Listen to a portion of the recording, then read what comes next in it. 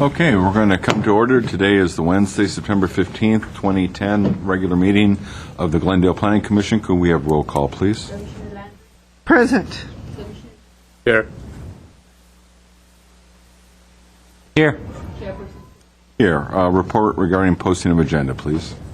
The agenda for this meeting was posted on September 8th on the bulletin board outside City Hall and on the city's website. Great.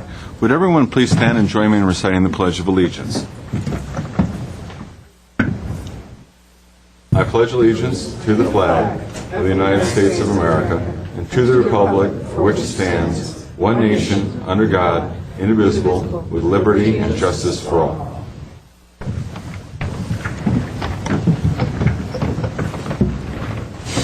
All right.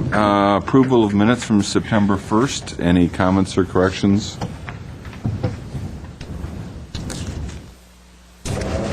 And we will need, we are not going to be able to act on them because there were only 3 of us, so we'll have to continue that.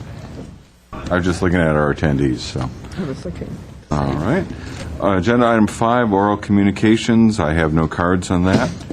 I'm going to suggest that we go out of order, and instead of the administrative exception case, primarily because of the large number of attendees, where I'd like to go to new business, which is the use variance case, if there are no objections. None on my part. Seeing none. So let's introduce agenda item 7, I'm sorry. My minutes are out of order. It's new business, it's use variance case PVAR 2010-007, and includes an environmental information form / initial study PEIF 2010-007. The location is 312 Allen Avenue. It's the Center for Community and Family Services, Inc. as the applicant. And the project involves the location of 32 spaces, including 16 tandem spaces, on a surface parking lot in the R3050H moderate density residential horse overlay zone, where surface parking lots are not a permitted use. The proposed parking lot will provide a portion of the required parking for a Head Start daycare and preschool facility, which is proposed in an existing building located at 1833 through 1847 Victory Boulevard. We have the aforementioned proposed negative declaration case, which is on file. It's PEIF 2010-007. The recommendation from staff is that we adopt the negative declaration and approve the use variance case. Would staff give us an overview, please? Am I on? Thanks. Okay. Yeah, okay. Good evening, Mr. Chair, members of the board. Before you, the next item before you is variance case number PVAR 2010-007. As you mentioned, the project involves the location of a surface parking lot in an R3050 zone where surface parking lots are not a permitted use. Prior to my beginning the presentation, I would like to give you some clarification on a couple of issues. The first and actually most important is while the public hearing was noticed in the newspaper, in the Glendale News Press, and the public hearing sign was posted on the site, public hearing notices were not sent out to property owners within 500 feet of the subject site, as is required. So, therefore, while we can open the public hearing and we can take testimony from the public, we can't actually close the public hearing, or you can't render a decision on the project. We have scheduled a special planning commission hearing set for 5 p.m. on September 29th at 5 in the City Council chambers. Public notices will be sent for that hearing shortly. And additionally, for clarification purposes only, 2 more notices will be sent out to property owners within 500 square feet related to a planning hearing, officer hearing, also regarding the project, which will also be heard on the 29th. So while the Planning Commission does have the option of opening the public hearing and hearing testimony, you're not compelled to do it. In addition, I gave the chairman a request from the applicant that they would like to just continue the hearing until the 29th. And that's really your option to decide. Okay. Thoughts from commissioners? Well, I don't know how many folks here. I would hate to not hear them, and I think that if they want to come back, they can, but they're working people and they took time off. I think if the chair so agrees, I would like to hear what they have to say. I'll agree with that. Right, and I feel exactly the same way. We don't think, obviously, from our expressions, that it's fair for everyone that came out here tonight to have to show up again in 2 weeks. We're not going to be able to render a decision, but we're going to hold the hearing, we're going to continue the hearing, and then as far as I think, unless our council tells us otherwise, what will happen in 2 weeks will come to order. If there are people that have not already spoken, because let's say the new notice has alerted other people, then people that have not already spoken will be allowed to speak. And then I think at that time we'll enter what would be, I think, the rebuttal period for both the applicant, for the applicant and then response from the city. So I think that's the way we want to proceed. And just be aware that we won't be making a decision this evening. There is also something I'd like staff to clarify a little bit further. You just alluded to it in passing, so that when the public at large gets this other notice, they understand what the other hearing is for. Would you explain it a little bit more? Sure. There will be a planning hearing officer hearing on the 29th in the morning at 9:30. This project also requires approval of several other discretionary permits that the planning hearing officer is charged with making a decision on. And so when property owners within 500 feet of the project site receive 3 notices, that's what they're for. The first, well, I shouldn't say the first. One will be for this continued hearing on the 29th, and then 2 others that will probably be sent together will be for the planning hearing officer hearing the morning of the 29th at 9:30. Okay. Hopefully that clarifies it. If not, I'm sure if you call the city planning department, they can clarify that further if somebody needs that clarification. I can also stay after the meeting, Okay. since we have so many people here. All right, that's great. Well, then why don't you continue with the overview of the project, please? Okay. As previously mentioned, the project before you this evening is a use variance to allow a surface parking lot in the R3050-H zone, where surface parking lots are not a permitted use. The subject property is flat and currently developed as a surface parking lot. The parking lot contains 32 parking spaces, 16 pairs of tandem spaces, and will provide a portion of the required parking for the proposed Head Start facility. As conditioned, the parking lot will be used for employees of the Head Start facility. Employees will arrive at staggered times, arriving between the hours of 7 and 8:30 a.m., and then they will leave the site between the hours of 4 and 5:30 p.m. Access to the parking lot is from an adjacent alley located parallel to Victory Boulevard between Allen and Irving Avenues. A use variance was granted for the subject site in June of 1990 to allow location of a surface parking lot on this site, which at the time was zoned R1250. So the surface parking lot is there now. It was granted a use variance in 1990.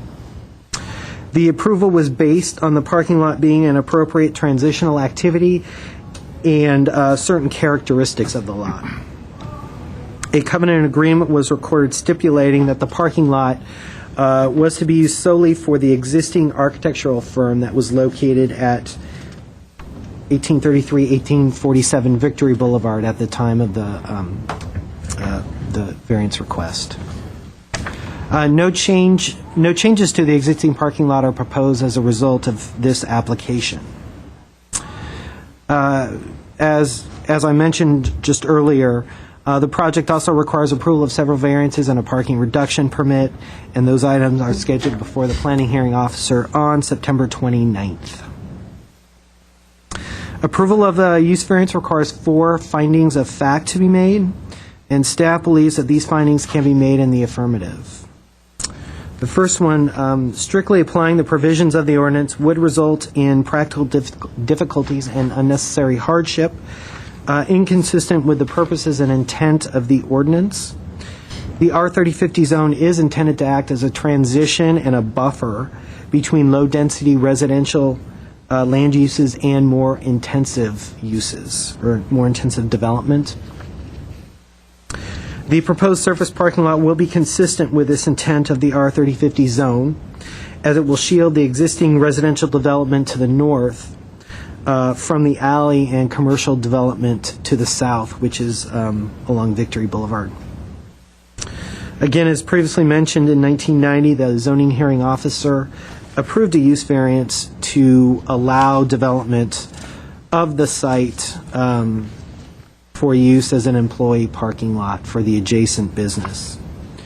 This decision was based in part on the parking lot being an appropriate transitional activity, which provides a buffer across the zone boundary, and characteristics of the lot, including the narrow width and the long exposure to the adjacent alley, which make development of the property with the uses for which it is zoned, the multifamily residential uses, difficult until such time as it can be combined with other properties. That was the finding of the 1990 variance. As I mentioned, a covenant agreement was recorded stipulating that the parking lot be used solely for the existing architectural firm that was located at the time on the 1833-1847 Victory Boulevard site.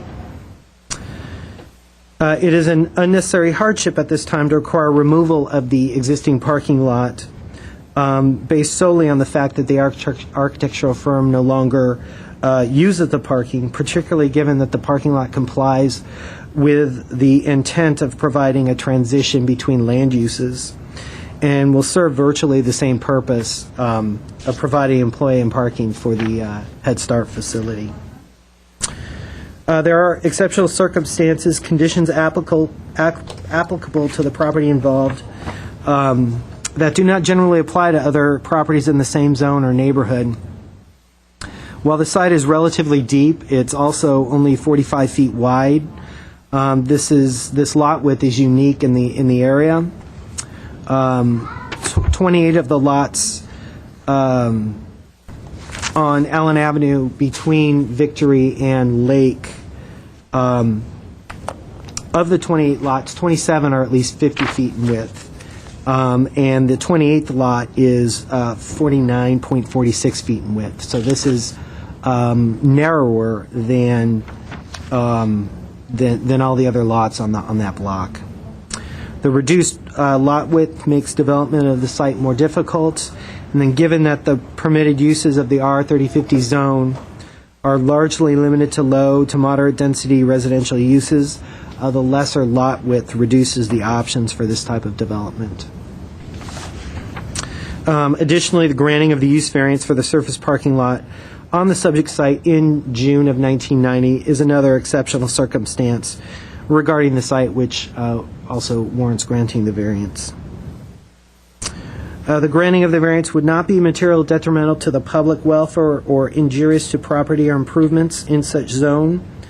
Neighborhood Services, the Neighborhood Services Division has no open code violations on the property nor complaints regarding the subject site, nor have there been any since development of the site as a parking lot in 1991. The Neighborhood Services had no concerns related to the current request. Additionally, the police department didn't cite any concerns regarding the application. The neighborhood has been the neighborhood surrounding the subject site has been developed for many years. Therefore, the proposed parking lot will not impact development of the neighborhood. It's already developed. The neighborhood shows no pattern of disinvestment, and the parking lot should not adversely impact future redevelopment in the area. Little redevelopment has occurred in the neighborhood since construction of the parking lot on the subject site, and the neighborhood remains a modest residential neighborhood of well-kept homes. Also, it's relatively low-density commercial development along Victory Boulevard. The project will provide suitable transition between the Victory Boulevard commercial uses and the residential uses along Allen Avenue, and needed parking facilities for the employees of Head Start who might otherwise park on the nearby residential streets. The granting of the variance would not be contrary to the objectives of the ordinance. The R3050 zone is intended as a transition and buffer between the low-density residential land uses and more intensive development. In this case, the surrounding neighborhood really doesn't have any lower-density residential areas. The proposed surface parking lot has been there for 20 years. The parking lot will continue to serve as a buffer and a transition to the between the commercial and the residential neighborhoods. Mitigated negative declaration PEIF 2010-007 was prepared for the project and made available for a 20-day comment period. The mitigated negative declaration contained two mitigation measures related to land use and planning. The first will require the applicant to coordinate with traffic and transportation to provide a bus loading zone and 5 time-limited parking spaces for drop-off pickup. And this is along the Victory Boulevard right-of-way. This mitigation measure will help that they're not providing the minimum amount of drop-off pickup spaces. That's one of the discretionary permits that they're applying for, and it will be heard on the 29th. The second mitigation measure will require the applicant to coordinate with the city's engineering section to install a sidewalk within the Victory Boulevard right-of-way adjacent to the project site. There were 23 comments and 5 phone messages received in opposition of the project. And those are included in the packet that I gave you this afternoon. And actually, some of those comments were emailed to you yesterday. So you've already seen part of them. Once again, staff supports approval of the variance. That concludes my presentation, and I'd be happy to answer any questions. Ms. Landergan? Just have a couple of questions. You say that the amount of parking is the same. So in 1990, it was approved as tandem parking, 16 parking spaces? Correct. All right, because that wasn't clear to me. Oh, yes. Yeah, tandem parking, there are 16 pairs of tandem parking spaces. So there's no restriping, no change in intensity of use of the parking? No. Okay. What is the difference between the requirement for parking for a professional building versus a school? Is that why this is a parking reduction? Well, the parking reduction, a daycare use would require 40 parking spaces. Daycare requires 3 spaces per 1,000 square feet. And a school requires? We would consider this a school, daycare. I know, center. but what is a school? Oh, I'm sorry. A school, that depends on the student makeup. Let's say elementary school. Let me look. I don't know it off the top of my head. I'm guessing 10 per 1,000, but I might be wrong. I think you're right. Well, come back to us on that one. Okay. Right. And if this was just a professional use, office use It's 2.7 per 1,000?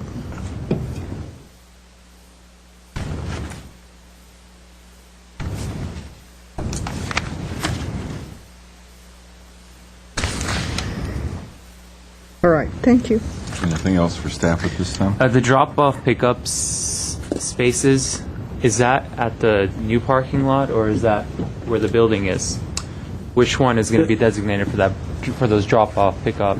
The use, Spaces. okay, the use variance is for the parking lot at 312 Allen.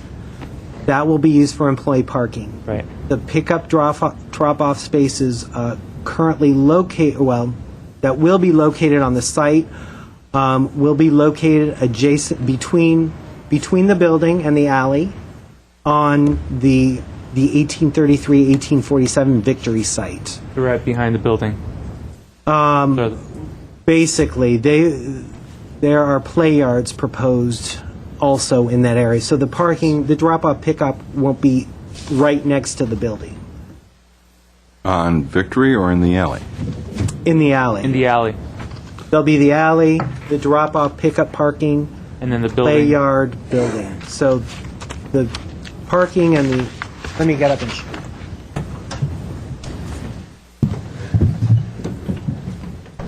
Right. And here's the building. Play yards in this. Oh, there we are.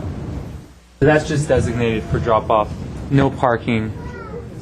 Well, it will be, the code requires one parking space to be labeled for short-term drop-off parking between the hours of, I believe, 6 and 9 and 4 and 7. So during those time periods, those parking spaces will be restricted for that time. Now, as part of the mitigated negative declaration, they will be required to provide 5 limited-term parking spaces along the Victory Boulevard right-of-way, along with a bus loading zone. And they're going to do that That's by curb cuts and B permit and that type of stuff? I don't know that curb cuts are necessary. They will just mark the street parking along that right-of-way adjacent to the site as bus loading zone and short-term drop-off pickup between the various hours. Meaning the city will grant them the ability to do that. Right. They will need to work with engineering and with parking and transportation to do that. Chairman Kane? Yes. For the parking question you asked earlier, it's 2.7 spaces per 1,000 for schools. All right, thank you. And then, do you happen to know, or do we need to redirect this to the applicant, how many clients are anticipated? Sure. They will have a total of 200 students, not more than 132 at any one time, and They they can control that. I'm sorry. How do they control that? They can go into it further, but they've got a morning session. I was going to say shift, but that didn't sound right. A morning session, an afternoon session, and an all-day session. And the morning and afternoon sessions don't overlap. And so that's... What's the period between them? I will look in the report. So in other words, based on 132, they need 11 drop-off spaces. 132 divided by 12 is 11. Correct. And Yeah. what you're saying, the scheme is that they're going to have 6 space, 1, 2, 3, 4, they have 6 spaces in the back, plus 2 handicap. Right. And then 5 are magically going to appear out on Victory? Well, 5 are there as a mitigation measure. They will be required to provide them. Yes. And the drop-off in Victory, I mean, we'll talk more to the applicant, but so my question is, if they're dropped off in Victory, where do they come into the building?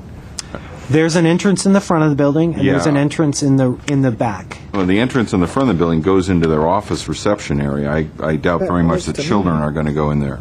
But, again, the applicant can answer Sure. that. Any other questions for staff at this moment? Yeah. If I may add, Mr. Foy. regarding the parking spaces on Victory Boulevard, I believe that was, they've been working with our Public Works staff, and I believe it was our Public Works staff that actually suggested it. It was, and at this point, they are they're fine with that arrangement, and that's why it was a mitigation measure. Ms. Landergan? The parking was covenanted, correct? The 312 parking was, So yes. the use variance only goes with that Correct. building. So once that, With that use. with that shoot, so once it's gone, it's now a non-conforming use. There is, or is it grandfathered? yeah. What is its term? Yeah, non-conforming. Legal non-conforming?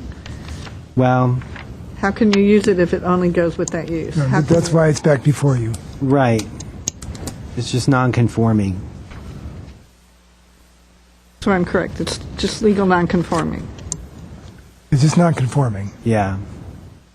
So it's not legal?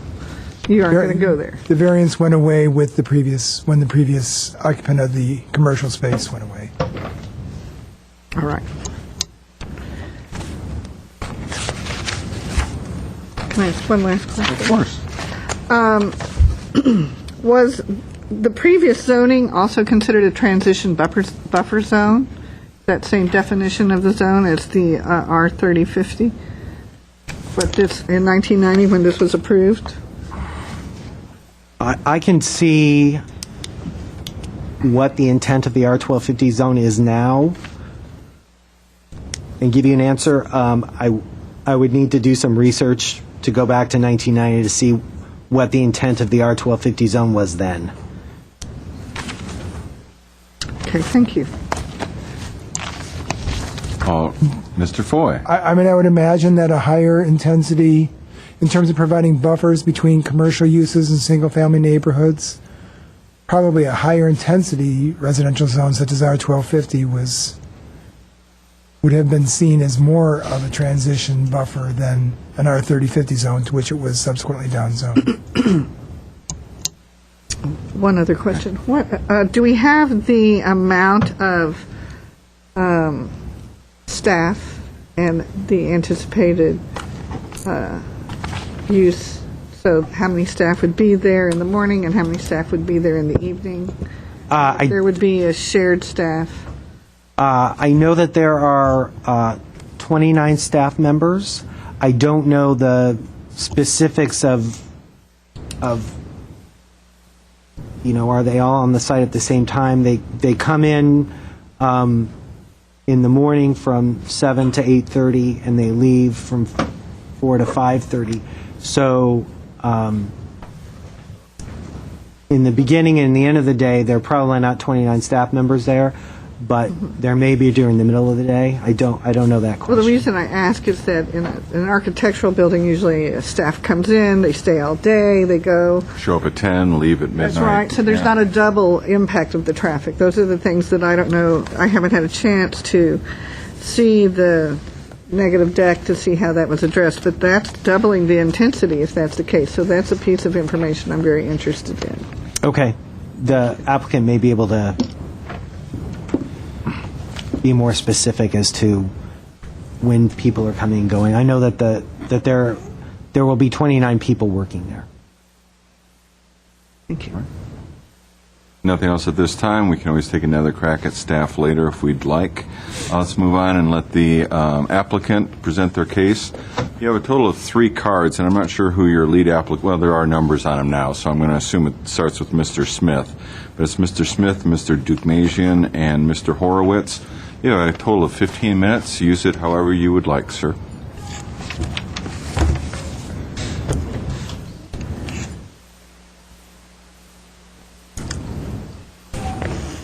Good evening, members of the commission, ladies and gentlemen, and members of the public. My name is Kevin Smith. I'm the program operations specialist with the Center for Community and Family Services. My boss, Ms. Wasi Tesfa, our program director, has charged me with introducing our organization to you so you know who you're speaking to here. And so I will just give you a couple minutes of my time here just to introduce us, and then I'll let the next person come up and speak to you. I'd like to thank all of our the neighbors who came out, and also our Some of our clients are here, and we hope to present all the information that you need to make your decision. The Center for Community and Family Services is a nonprofit 501c3 organization. Our headquarters are in Pasadena, and we serve about 1,400 children throughout Glendale, Pasadena, and Altadena.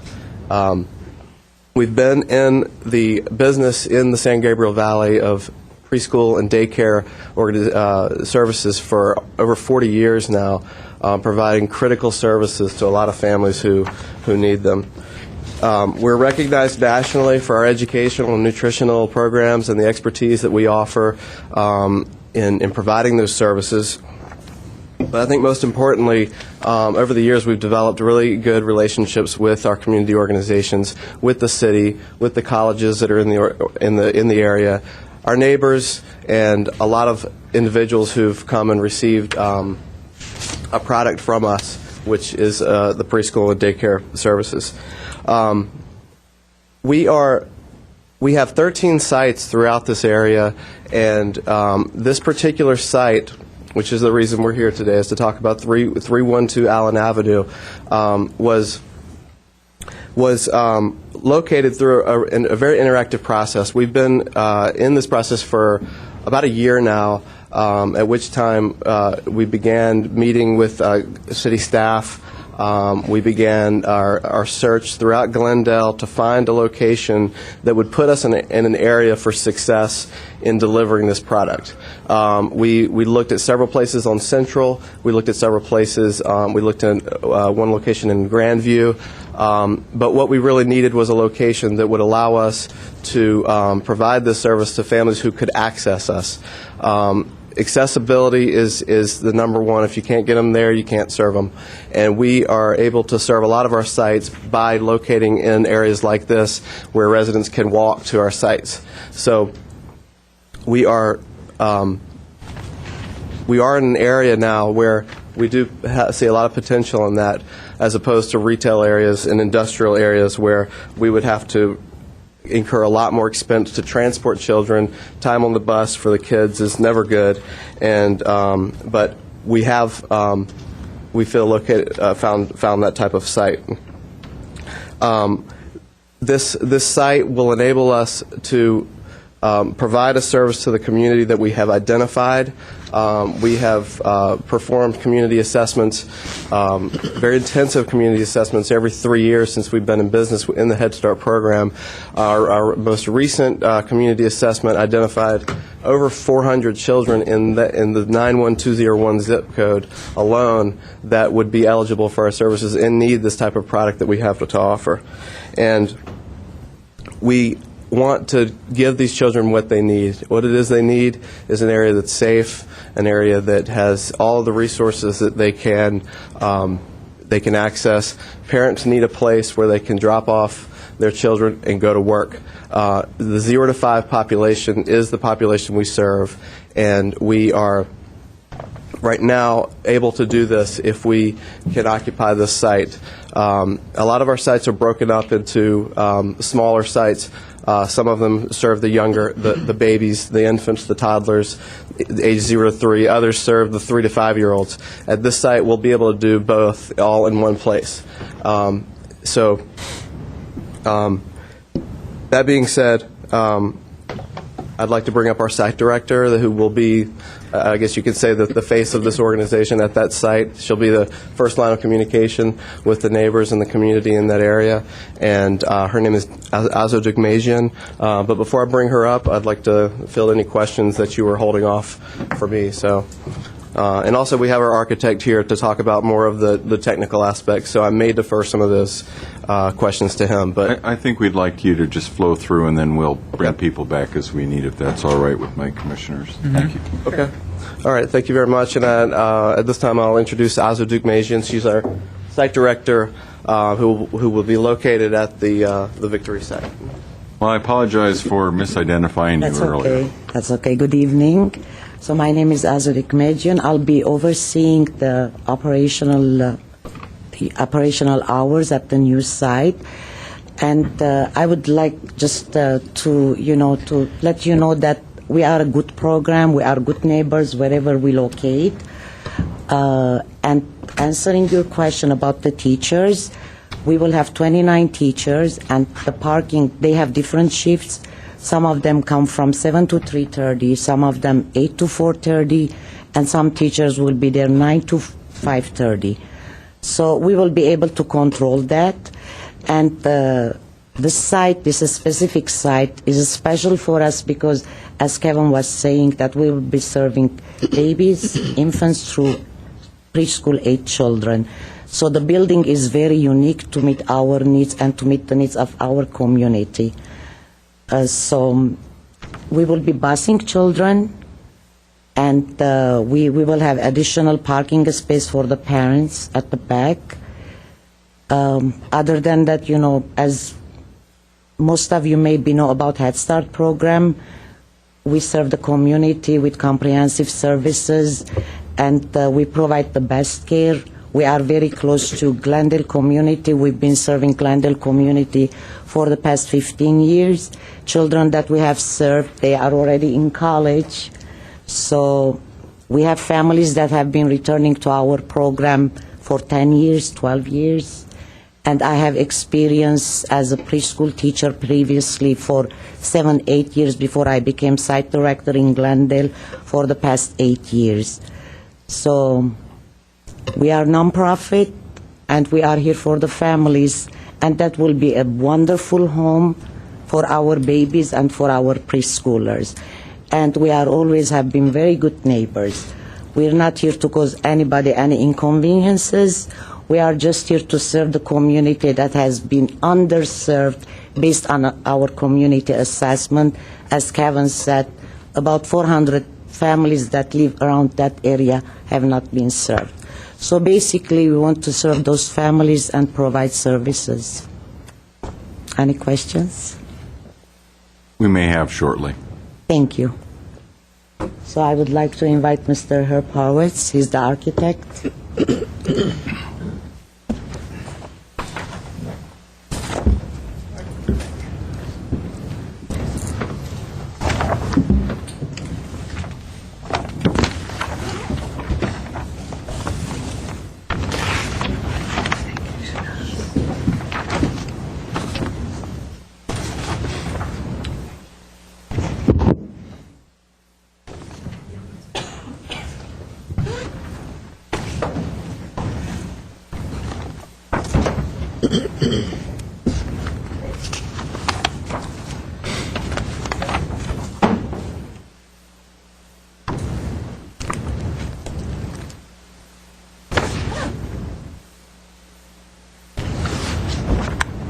Good evening, Mr. Chairman and members of the Planning Commission.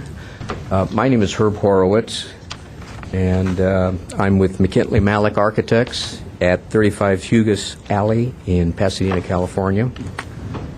For the record, I would like to state that I am one of the owners of the property, LH Investments, and our architectural firm, Leidenfrost Horowitz and Associates, occupied that site for the last 25 years.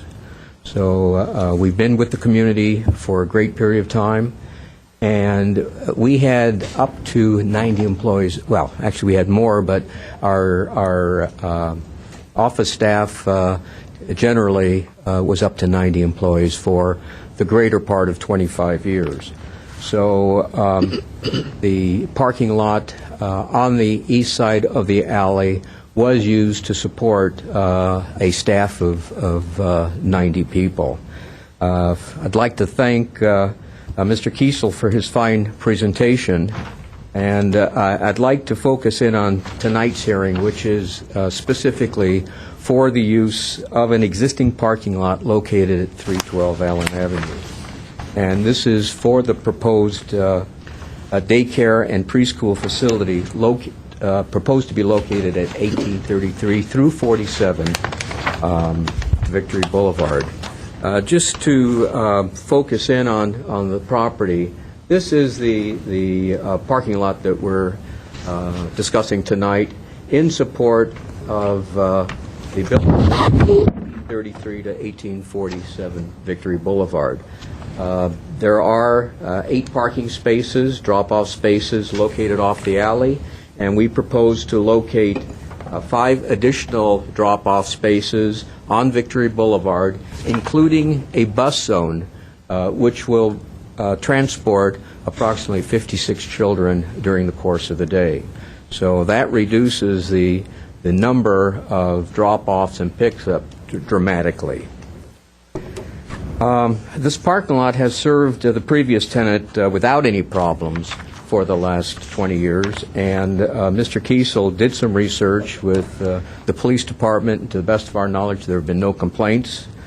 As you can see from the photographs that we've submitted to you, the parking lot is located in a park-like environment. There's a landscape buffering in front of the parking lot facing Allen Avenue, and it's developed and maintained in a park-like environment.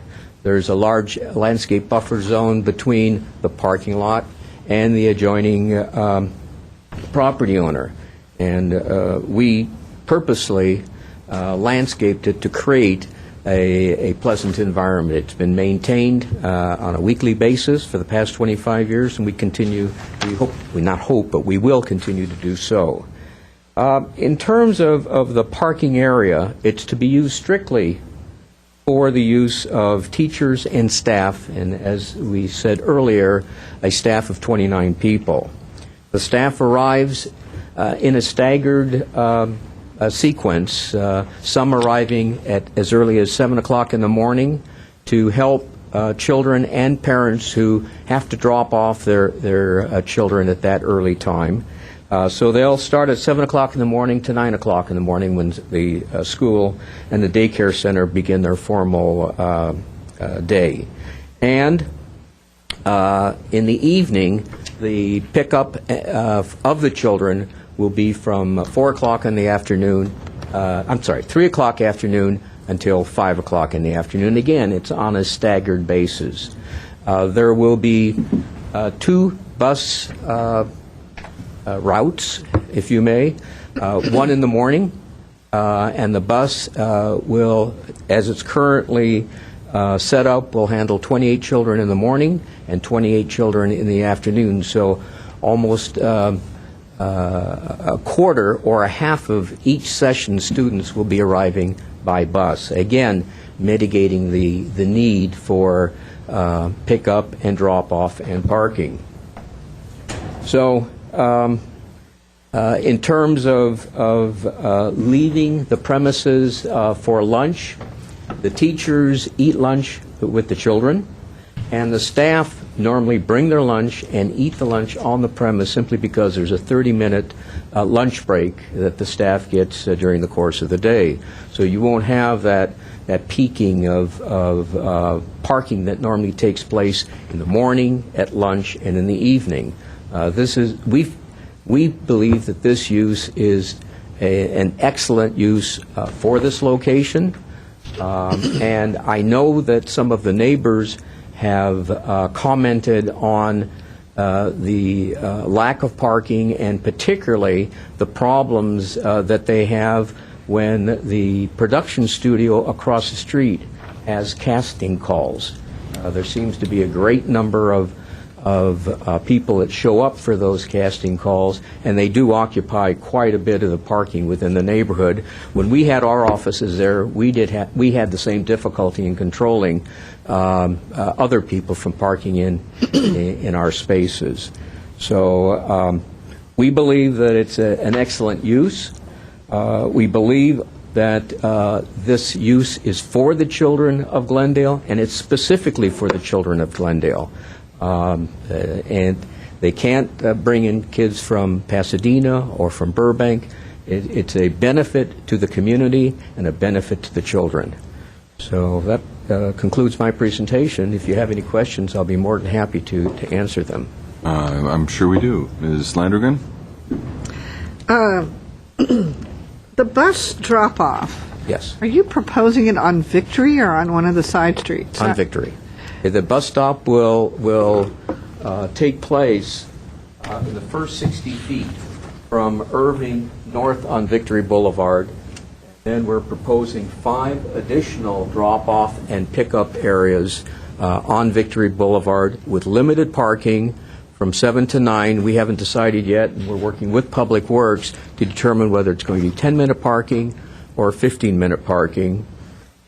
We've been told by Head Start, Early Head Start, that the normal drop-off and pickup time is less than 10 minutes, 6 to 7 minutes. Where would the children, what would be the route of the children leaving the bus? If you could maybe just show me that circulation Leave the bus pattern. on Victory Boulevard, walk on a sidewalk that's being proposed on Victory Boulevard, and then enter the building directly at the corner of Irving and Victory. So that's the official entry there. Pardon? That is the official entry there. Well, it's an existing entry, and the tenant proposes to maintain that. Okay, thank you. Question. Mr. Lee.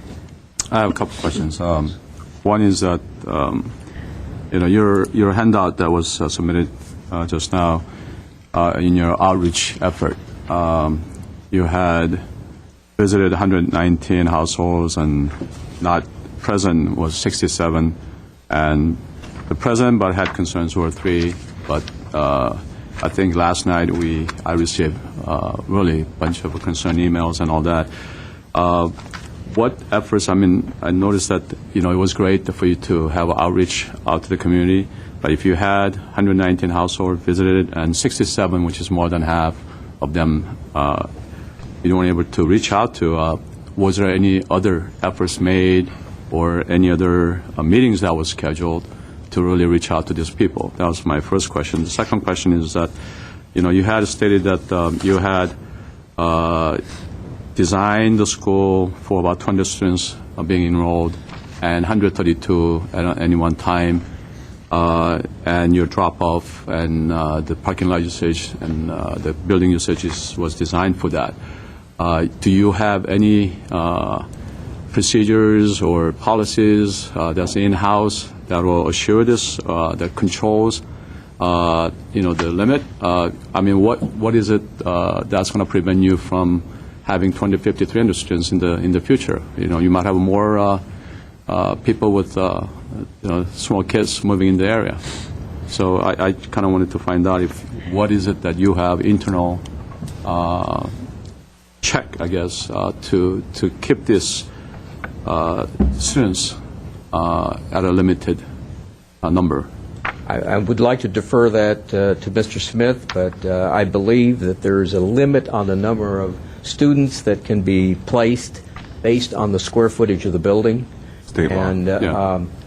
there is a specific area set aside for the toddlers or the 1 to 3-year-olds, and then another square footage set aside for the older children. Let's bring them up and have them answer the question then. Feel free. Thank you. Yeah. And you're right to probably stand there, because I'm sure we'll involve everyone over the next few minutes. Thank you. Your first question was regarding the outreach efforts that we've made. That's correct. We went to every home on Irving and Allen that we could get to. It was this past Friday, and what we did was anybody who wasn't home, we just made note of that, and we just informed the other neighbors, please speak to the neighbors and let them know that we did come around. To follow up, we asked them to inform them that we would have a neighborhood meeting the following Monday, which was on the 13th, this past Monday. That is the extent of the efforts that we've made to reach directly to the neighbors. Directly from our organization. We certainly have discussed going back out, given the about half of them that weren't home. The time was the main thing. What time do we go to get to these homes? So that is the extent of the efforts made so far. But we have talked about going back out and seeing those homes that were not home. How long did you have the project? When did you start? To the extent that it's been on, we began the actual process of finding the site over a year ago. We've been in the midst of many processes directly with this particular site. I would say April. Yeah. So That involves lease negotiation, that involves architectural design, that everything going up to this point. I know you need a community assessment and, figured out that, this facility is needed in the area. But again, if I was someone who was considering to put something like this type of facility in there, I would start a little bit early to find out what other people think, what the neighbors think, and not wait till the last minute before the hearing to reach out to the community. That's just my comment. Okay, thank you. There were other questions. It was relating to student ratio versus square footage. All right, your second question. At one time, we will have 132 children. That's made up of 64 children who will be there from morning to afternoon.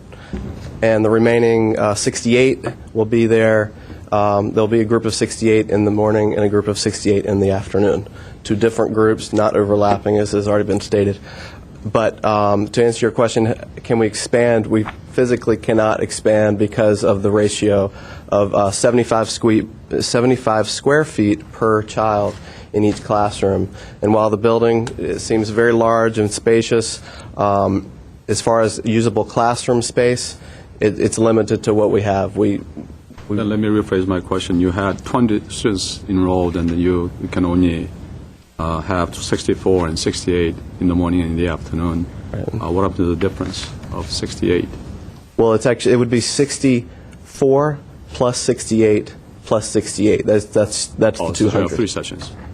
Well, there's one full day session that takes place from children arrive between 7 and around 7, and they can be there all the way until 5:30. That's 64.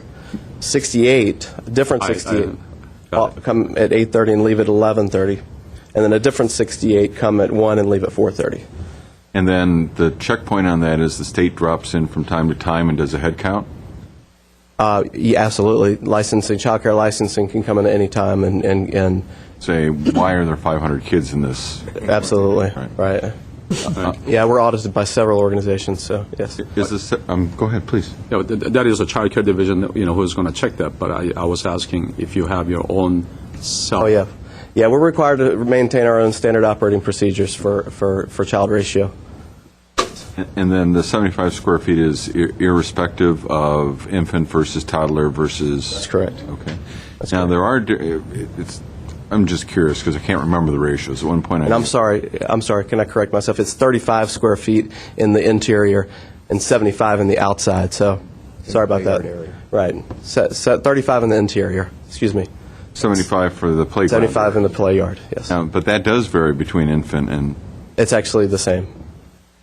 Okay, Yeah. I did not think that.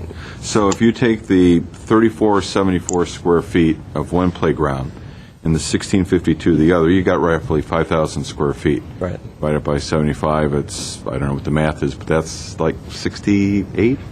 Right. We would have to work out a Multiple use shifts. schedule. Yeah, they're not all out there at the same time. Right. Are there mandates on how much time they are supposed to be in, let's say, recreation mode? Yes. I'll have to defer that question, though. What is it? It will be, their outdoor time would be 40 minutes. And I'm sorry, I appreciate your answer, but you should be closer to the microphone, so please repeat it. Yeah, it will be like 40 minutes outdoor time. And infant toddlers will have different playground and preschoolers different playground. How do you, okay, so at 1652, which is the smaller of the two playgrounds, I'm assuming that's for infants.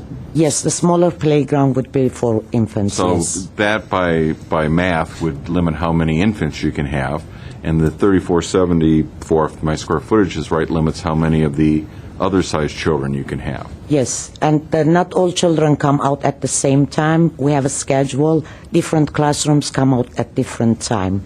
So licensing tells us 20 children have to be outdoor, so we have daily routine schedule that we follow the teachers. So 2 classrooms come out at the same time, so we rotate.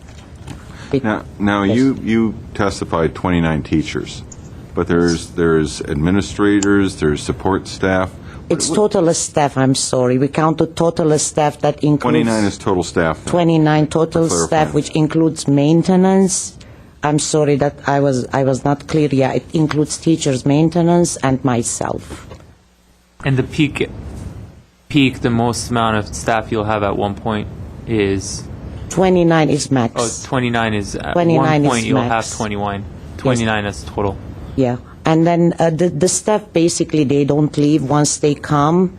You know, it's like they're there 8 hours. You seem very sincere, so I'm not questioning your honesty, but I do comment on the coincidence that you're required to have 11 spots for drop-off, and you remarkably have 29 staff, which equals 40. It's just interesting how that just coincidentally worked out.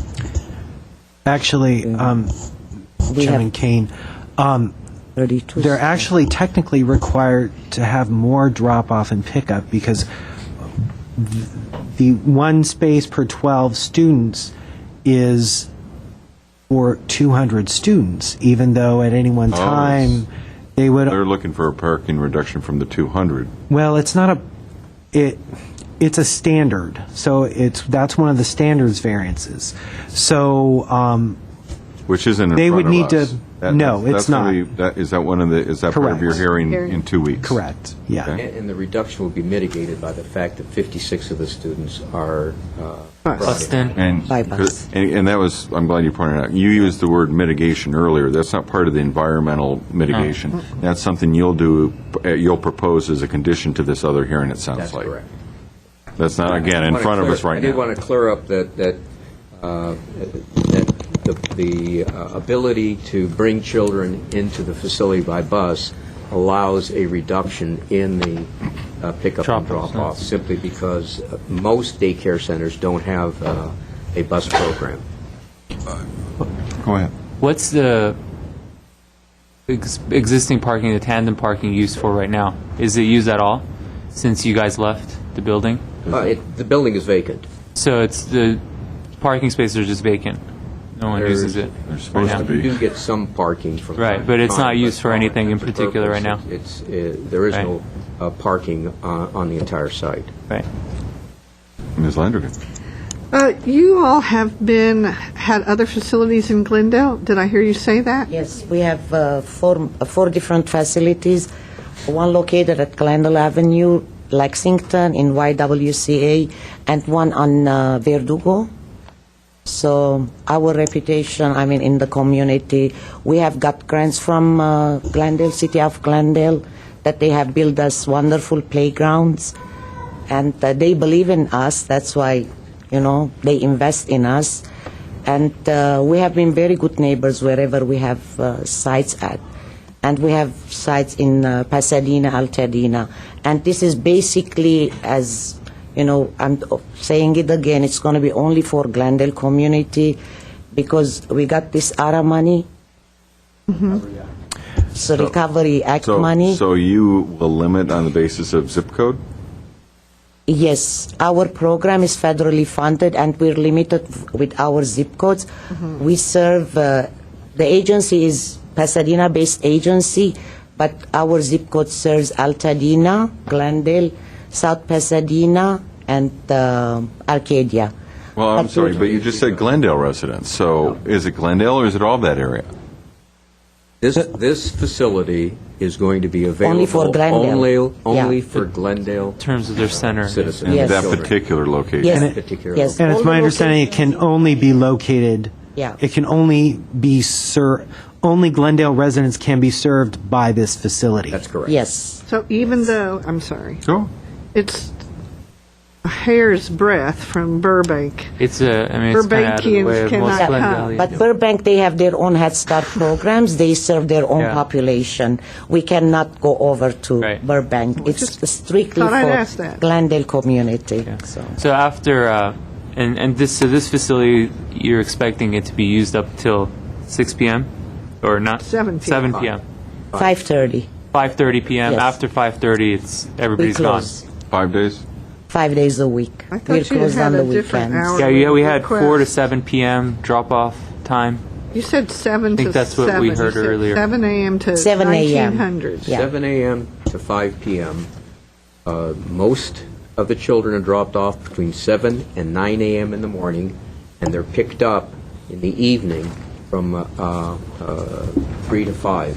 3 to 5? There's an 8-hour period or 8-hour window that parents have to drop their children off and pick them back up again. So that's why some parents have to be in the office by 7:30 or 8 o'clock. So they drop their children off early. Others who have a later work start will drop their children off at 9 o'clock, up to 9 o'clock in the morning. Yeah, because we have working parents that they need childcare.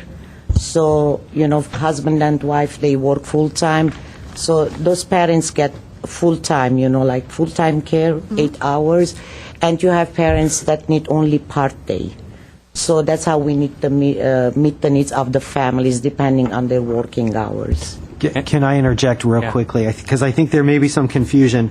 Our code requires drop-off space, 10-minute parking only, the restricted zone, to say 6 a.m. to 9 a.m., that time period, and 4 to 7. So there may be some... Misunderstanding. Right. That's what the code has. That may not be their operating hours. Okay, got it. So can that be adjustable, though, since... I know a lot of the concern from what I was reading was people had parking issues when they come home after work. Is that something that's set in stone? 4 to 7 p.m. or when their place I think when their it's thing easy closes, to change that stencil. right? Well, You it's... can't condition anything. You can... This is in our zoning code. Obviously, if the center doesn't open until 7, I'm not sure what good it would be to require a 6 a.m. limited term parking. No, I'm talking about after the other side, 5:30. yes. After 5:30 p.m. Have it not be restricted anymore? Yeah. Correct. What? Hold on. Let's... Are you referring to the new loading spaces on Victory Boulevard, or Yeah. Well, just... any of the spaces. loading. But I mean, In primarily our- that you can't park on the Right, private. in the zoning code, a certain percentage of the Yes. required parking needs to be restricted between... if you're asking if you can add a condition that says it has to be Yeah, I'm so just marked wondering if all there's day any long? thought put into that. No, it's the opposite, restricting it more. So instead of 4 to 7, it becomes 4 to 5:30 because they close at 5:30. So instead of having a wider window of limited term parking, it becomes narrower. Yeah. Is that your question? Yeah, I mean, would you guys be in favor of something like that? I think that's what Right. the traffic engineer proposed, that the parking on the street be limited to those hours only, that the early Head Start program needs to drop the children off and then to pick them up Pick in them the up. afternoon. So, and I think that we could work with staff to come up with an exact time frame. Of all the Head Start programs in this region, are they all operating at those hours? We have Glendale Avenue that operates from 7 a.m. till 6, and the rest of the sites are between 8 to 4:30. So you would be more than willing to condition that you'd operate within the hours that you're currently talking about, correct? You wouldn't Extended look at an use, extended 5:30. use, right. I doubt it. I don't think so. Because 5:30. No, Yeah. you do agree. It's an absolute. As a condition of approval of any of these discretionary permits, the condition may say you cannot provide daycare before 8 a.m. or after 5:30 p.m. Would that be something that you would entertain? Am I correctly? Yes. Okay. Well, I think the hours are really from 7 a.m. Okay, I'm sorry. I was trying to remember. 7. And I would Yeah. like to give you some or the program some leniency in the evening, because there are some parents that just can't Might come make it. late.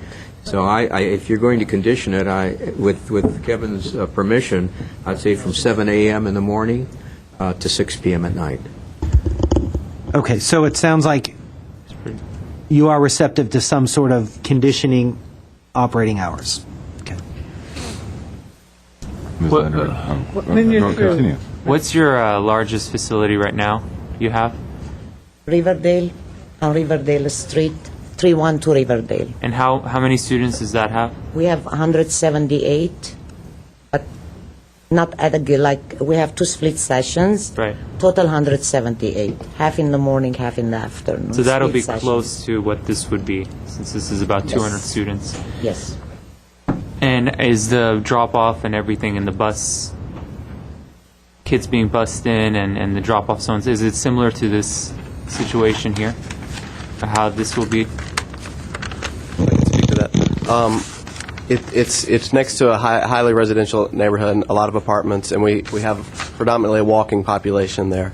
It is a similar situation. The hours are the same. So we do provide we have a parking lot that allows parents to come in and leave within those hours. But it is a completely different situation as far as we don't have any busing there. So we're actually going to bring a transportation resource as a mitigating effort to this new facility. That's Okay, the difference. Mr. Smith, could I interject and just ask you, unless we actively refer to the boards to get them down, because there's about half the room that's staring at the back of a board. Great, thank you. Ms. Landergan? Good for now. Yeah. Ms. Landergan? Yes. Now I have to think of my question here. What is the radius from this location that you are drawing clientele from? What areas are you drawing? We have, well, we obviously can't draw from the northwest end of this because literally somebody lives 100 feet from us in Burbank, we They can't can't serve them. come. We have to refer them to a Right. different agency.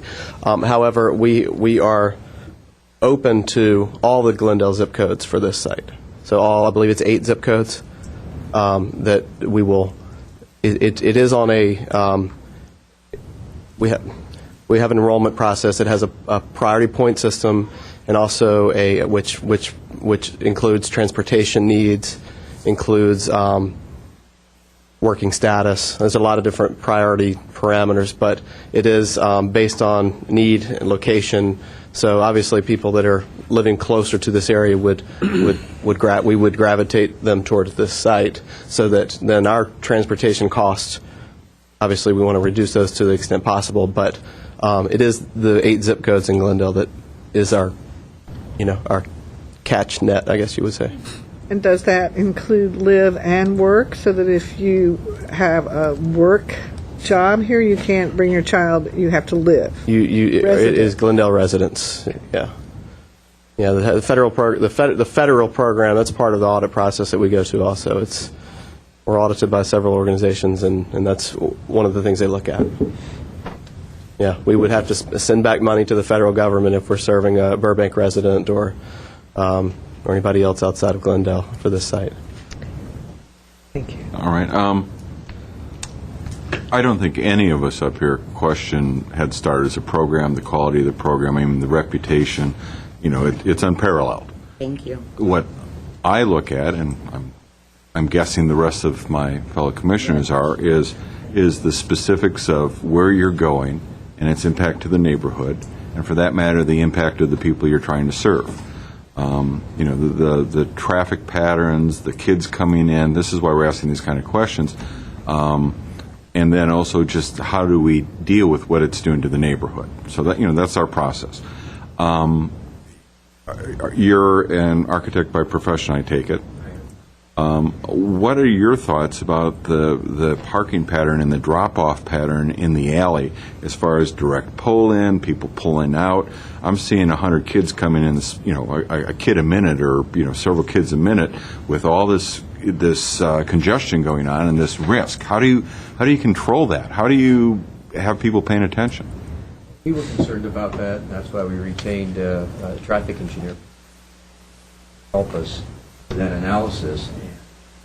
It was their recommendation to provide parking and pick-up and drop-off on Victory Boulevard to mitigate the intensity of pick-up and drop-off in the alley.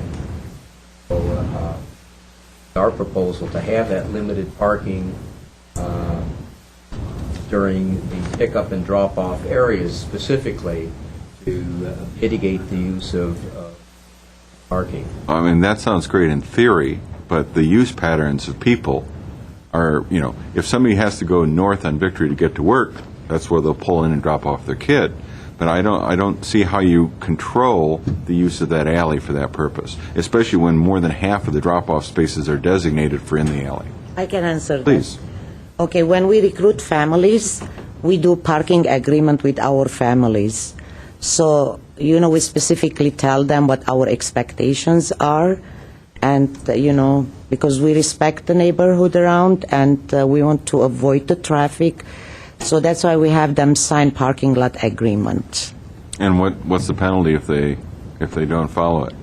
Well, Looks? once it happens once or twice, and we talk to them, and then, whatever they agree for, they have to just follow the policies and procedures. And it's not only for the neighborhood; it's for the safety of their Right, children as well. Both my concerns. Yeah. So have you actually had dismissed people from the program because they refused to follow the rules on parking? We haven't had that problem. So whatever they have signed for, that's how they bring their children. If we assign them, the parking, let's say it's on Riverdale Street, that's where you can park, that's what they do. So your testimony is that the 6 drop-off spots in the alley are there because they're sort of required, but you're not really going to let people use them? No, I think the testimony was that each parent is going to be assigned a specific drop-off location. Yes. They have monitors at each of those locations to assist in signing the child Okay, in. so some of the flow is going to be directed to Victory, some of the flow is going to be directed in the alley, but it's a sum. I'm sure you haven't worked through that math, or have you already? Right. So you're proposing that you're going to create some sort of parking distribution scheme. Well, there is policy in place There is, to address the drop-off and pickup issue. The exact formula for this location has not been resolved. Mr. Lee, you had something? Just follow-up question to Chairman Kane is that do you have then staff during those drop-off times, those 2-hour period, Yes. to guide? Yes, we have the teachers and the maintenance staff that guide. Yes. They blow whistles? I mean, how are they controlling And things? that's really one of the reasons that the teachers arrive at 7 o'clock at the same time that the children start arriving.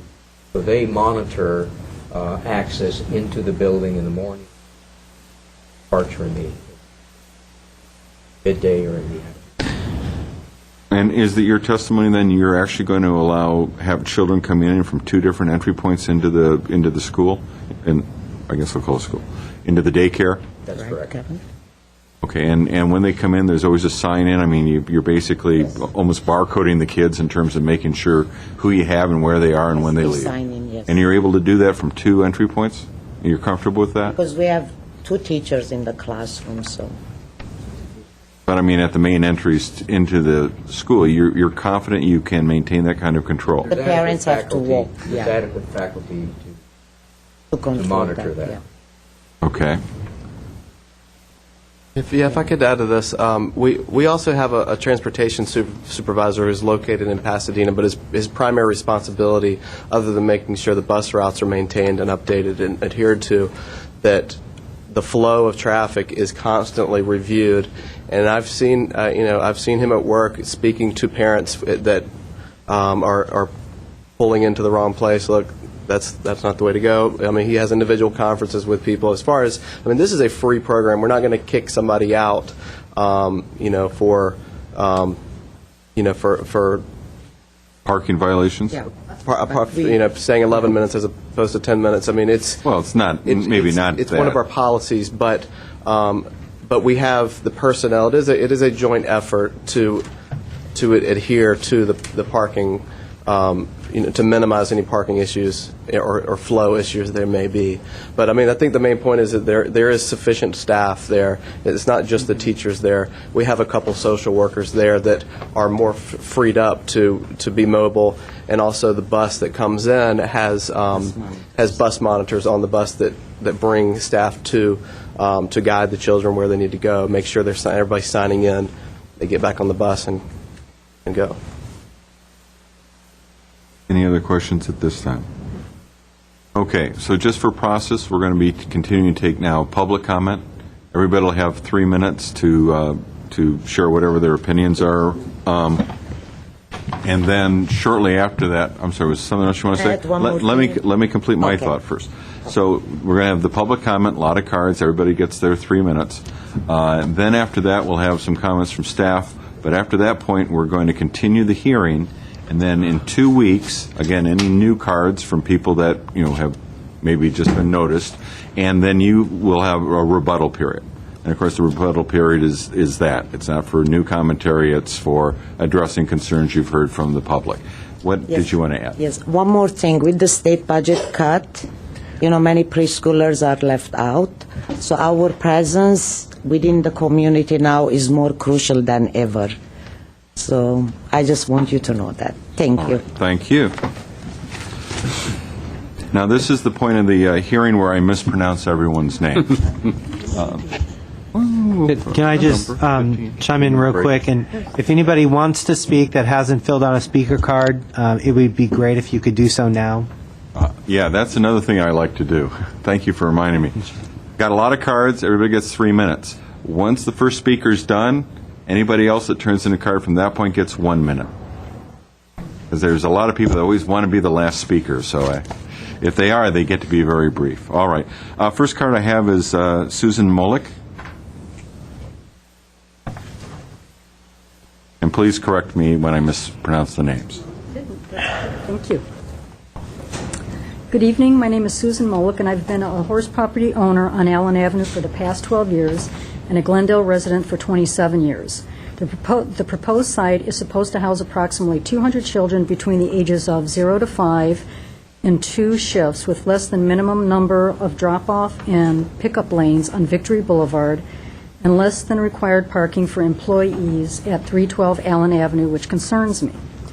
With less than adequate designated parking, parents will be forced to circle the building, most likely several times, before they attempt to park or double park on our local streets, in the public alleyway or in employee parking spaces at 312 Allen Avenue, just off the public alleyway. My understanding is that the Riverdale location is relocating to the Victory Boulevard site, as stated in the Glendale report. This past weekend, when I stopped by the school's current Riverdale Avenue facility in another area of Glendale, a handwritten sign was posted in one of the facility's own driveways stating, "No parent parking." So obviously, parking matters are already an issue at the Riverdale facility. Allen Avenue is already a highly trafficked street with many speeding cars, which we have discussed with Glendale's Transportation Department in the past. With parents slowing down and stopping to look for parking while residents and local established businesses are also going about their daily business in the neighborhood, this will increase traffic, further restrict street parking for residents, which is already maxed out, cause traffic backup and congestion, and create unsafe conditions which will most likely result in accidents on Allen Avenue and the surrounding streets. This concerns me. I don't want to see anyone, especially a young child, get hit or killed by a vehicle on our street. Due to the above concerns, I request that you deny the variance to adopt a negative declaration for 312 Allen Avenue pertaining to the proposed Head Start daycare and preschool at 1833-47 Victory Boulevard. Thank you for listening to my comments and considering my comments. All right. Thank you very much. The next card I have is R.P. Nazarian. And if I could ask you, maybe you could adjust the mic slightly to the center. Thank you. Okay, hi. My name is R.P. Nazarian, and I am a parent of child that attends Head Start at Riverdale. I'm also a parent of Glendale Community College Parenting Education Board member. I want to thank everybody for taking the time to listen to us. I just want to add that the site is a wonderful site with many wonderful things, as you know. But I want to also let you know that the current Riverdale site does also have another preschool daycare right in front of it, directly in front of the Riverdale site, that also causes problems in parking. The parking in the new location, it takes parents approximately 5 minutes to drop their child off. And to your question before, we do have to sign in with the teachers that the room that the child belongs in. So it takes about 5 minutes to drop the child off, sign Walk them in in, with them. walk to the car. It's And meanwhile, cars are stacking up. well, no, because the drop-off is 10 minutes before. I mean, it starts between 8 to 8:10, and we start at 8 o'clock, and some parents come early, and we can drop them off, and we can sign them in, and we can go, and some parents show up a little late. So it actually, a lot of times, most parents know pretty much when to come to get a parking spot. Because we already know, I'm one of the early ones, someone comes in a little bit later. It's not as bad as it seems. It really isn't. There's different shifts, and, we end our shift the morning ends at about 11:30. The afternoon begins at about 12:40. So it's a big difference. We don't overlap. Really, I mean, the program is a wonderful program, and I'd hate to see it go away because of a parking situation. Also, I wanted to add that I'm in the 91201 zip code, and I'm one of the parents that actually drives all the way to Riverdale. Most of the sites that Head Start provides are all the way in the Glendale Avenue section, and this would be a wonderful opportunity for the families that need servicing in the 91201 zip code area. We don't have a Head Start program closer to us. It's really, Glendale Avenue is basically where everything is. So that's all I have to say. Thank you. Thank you very much. I'll just say, jump in if there's a question for a speaker, okay? Laura Shamsi.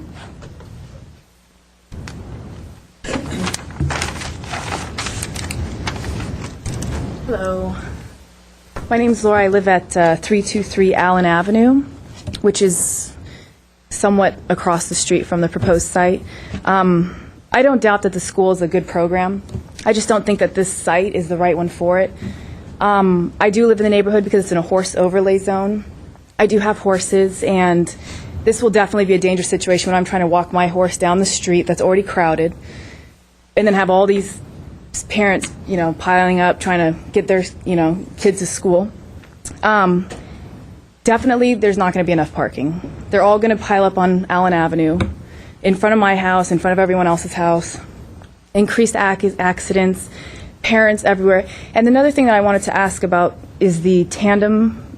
I don't know how that's going to work. If someone starts at 7 and someone starts at 8, the person at 7 is going to leave earlier than the person at 8. So are they going to keep going out there and moving cars? I mean, it's just not going to work. Also, as far as I know, that they said that the kids are from 0 to 6, or 1 to 6 years of age. I'm guessing the parents aren't going to, at the curb, knock them out. They're going to walk them in, tell them what the problem was. He's got a sniffly nose. Give him this. They're not going to. I'm sorry, did you say push them out or knock them out? Just knock them out. Just shove them out the door. I mean, I can imagine if I had a kid, I'd want to walk them and make sure they got safe. And I'd probably just park at the first spot I saw in someone's driveway, maybe at a business next to the thing. 5 spots, 6 spots, I'm not sure what they said they had, but definitely not going to suffice all these parents.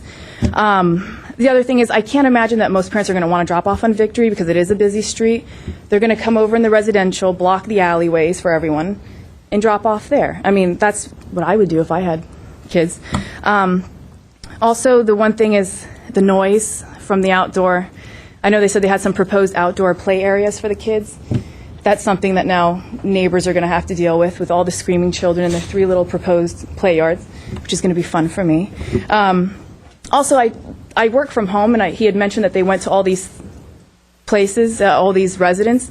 No one's ever come to my house. I've never received a notice. Happened to be walking the dog and saw it under a nice shaded tree. Barely could see the sign, if you have a picture of it. Definitely did not get noticed. That's what I'd like to say. And I just think that I'm sure the school is good, but this site is not good for this school. This is too highly dense for a residential neighborhood, and it should be somewhere else. It should be somewhere that they can have sufficient parking, have a good drop-off for these children where it's safe, and not impact all the neighbors around them. Also, we do have street cleaning twice a week, so there's going to be 2 days where the whole sides are going to be packed, double parking. I see it all the time around schools. Parents want to double park, do all that.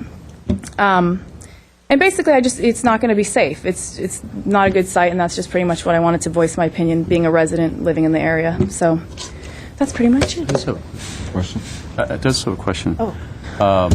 Are you more concerned with the lack of parking space, or the traffic flow to Both. drop off?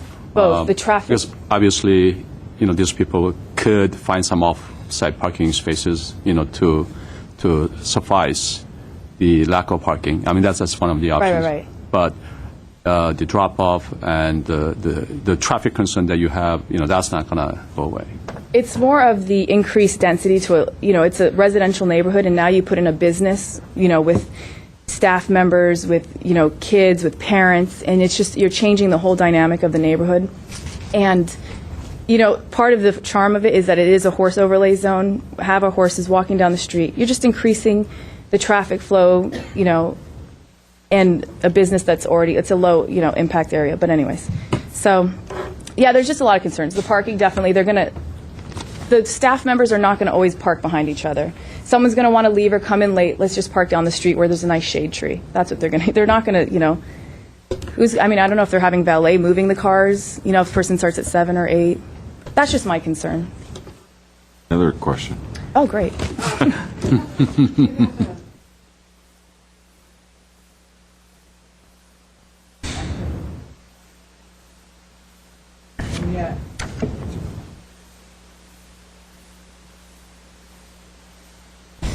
I'm really bad. I didn't want you hearing me crunch. Oh. So in the horse overlay zone, you move your horses back and forth and across Victory, and yet the traffic on Victory is not so bad that that's possible. So I'm just asking so that in that, my question is that, the horse overlay zone has a use that's very similar in use to children, in that they're animals and they spook easily, and exactly, and it requires handling, and I think children do too. So I don't have any, but I've watched. I think the good thing about Victory though is when you do cross, there's just one crossing that I have to go over, and there's a light. You get over to Linden, it's quiet residential neighborhood, plenty of room on Linden to walk a horse through, whereas Allen is narrow. Everyone's parked up and down.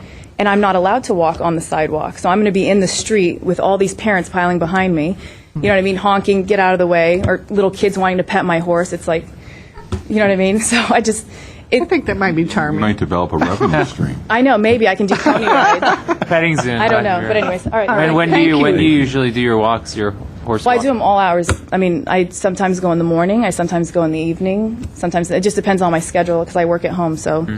If is that the thing I have to now change my schedule? Just only curious. between these hours, yeah. Just curious. All different times. Just depends. Thanks. Ted Gunselman? Todd, rather. Hi there. Thank you, everybody, for listening to us. I am a representative of... You need to state your name. My name is Todd Gunselman. Thank you, I'm sir. representing Express Video Supply at 1819 Victory Boulevard. We just moved in across Irving from the proposed site. Our concern is that we have parking both on Victory Boulevard and behind our building. We are the closest parking besides these residences that parents will be adopting as their own, so to speak. Our staff members will probably be showing up to work to find that they don't have a parking space because the parents are going to go, hey, I'm just going to be here for 5 minutes, pull in, drop off their kids. Meanwhile, our staff is circling the block, causing congestion for the neighbors.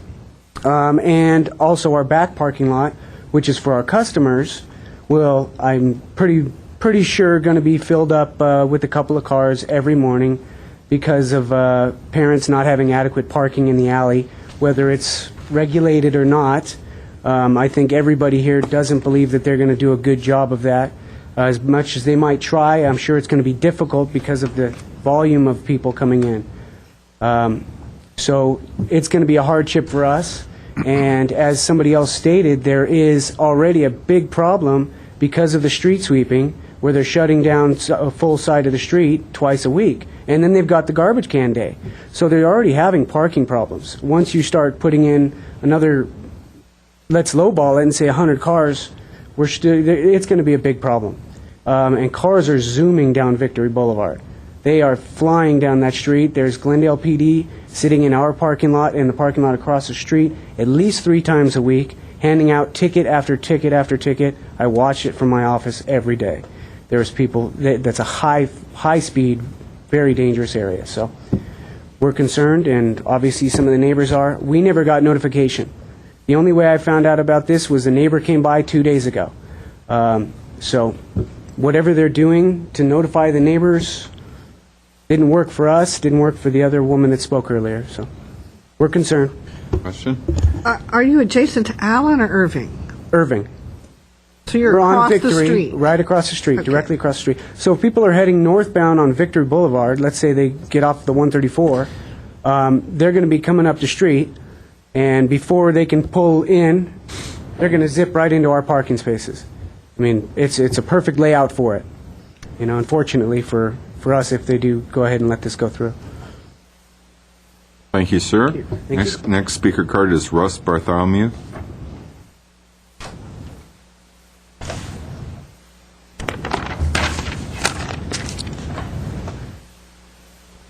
My name's Russ Bartholomew. I live right next door to 312 Allen Avenue. And I'd like a couple of things Roger said just flat aren't true.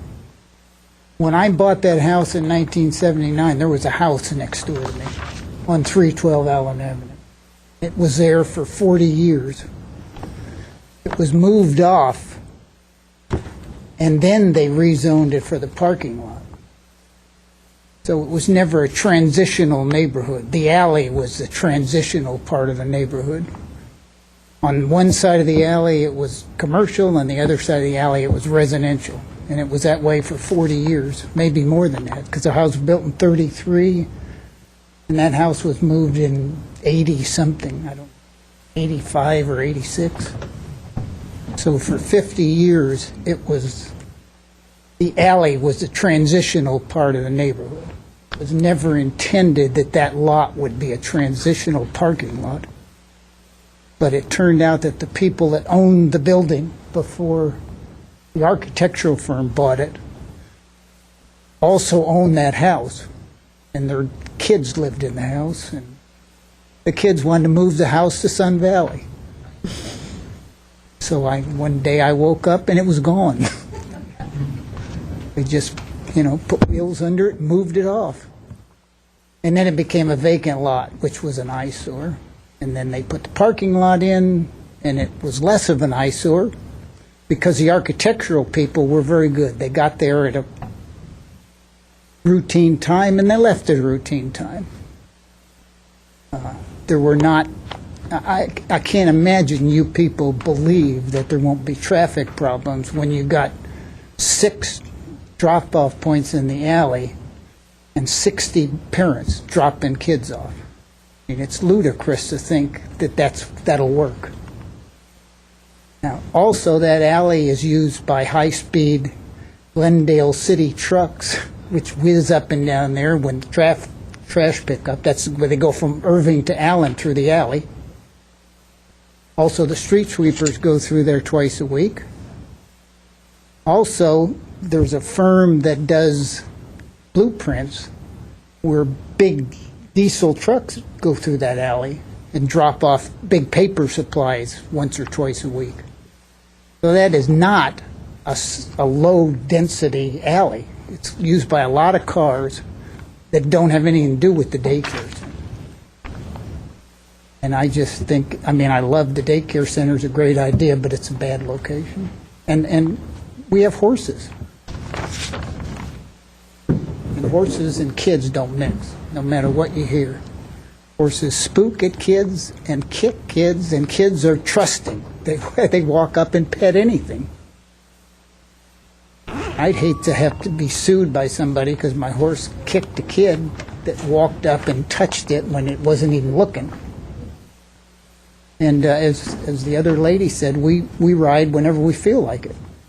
Not at a set time. It's not like you ride at 10 o'clock or 6 o'clock. You ride whenever you want.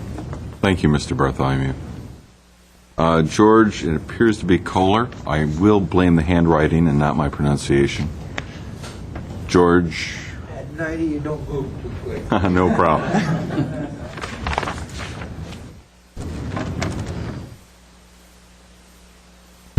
I'm George R. Kaler, live at 320 Allen Avenue. Everybody calls me Russ. There's one thing that's been mentioned: parking, congestion. I talked about getting the first red light there because people got hurt coming off of Western. I moved there in 1947. I'm only 50 feet from this parking lot you're talking about. What worries me is two things.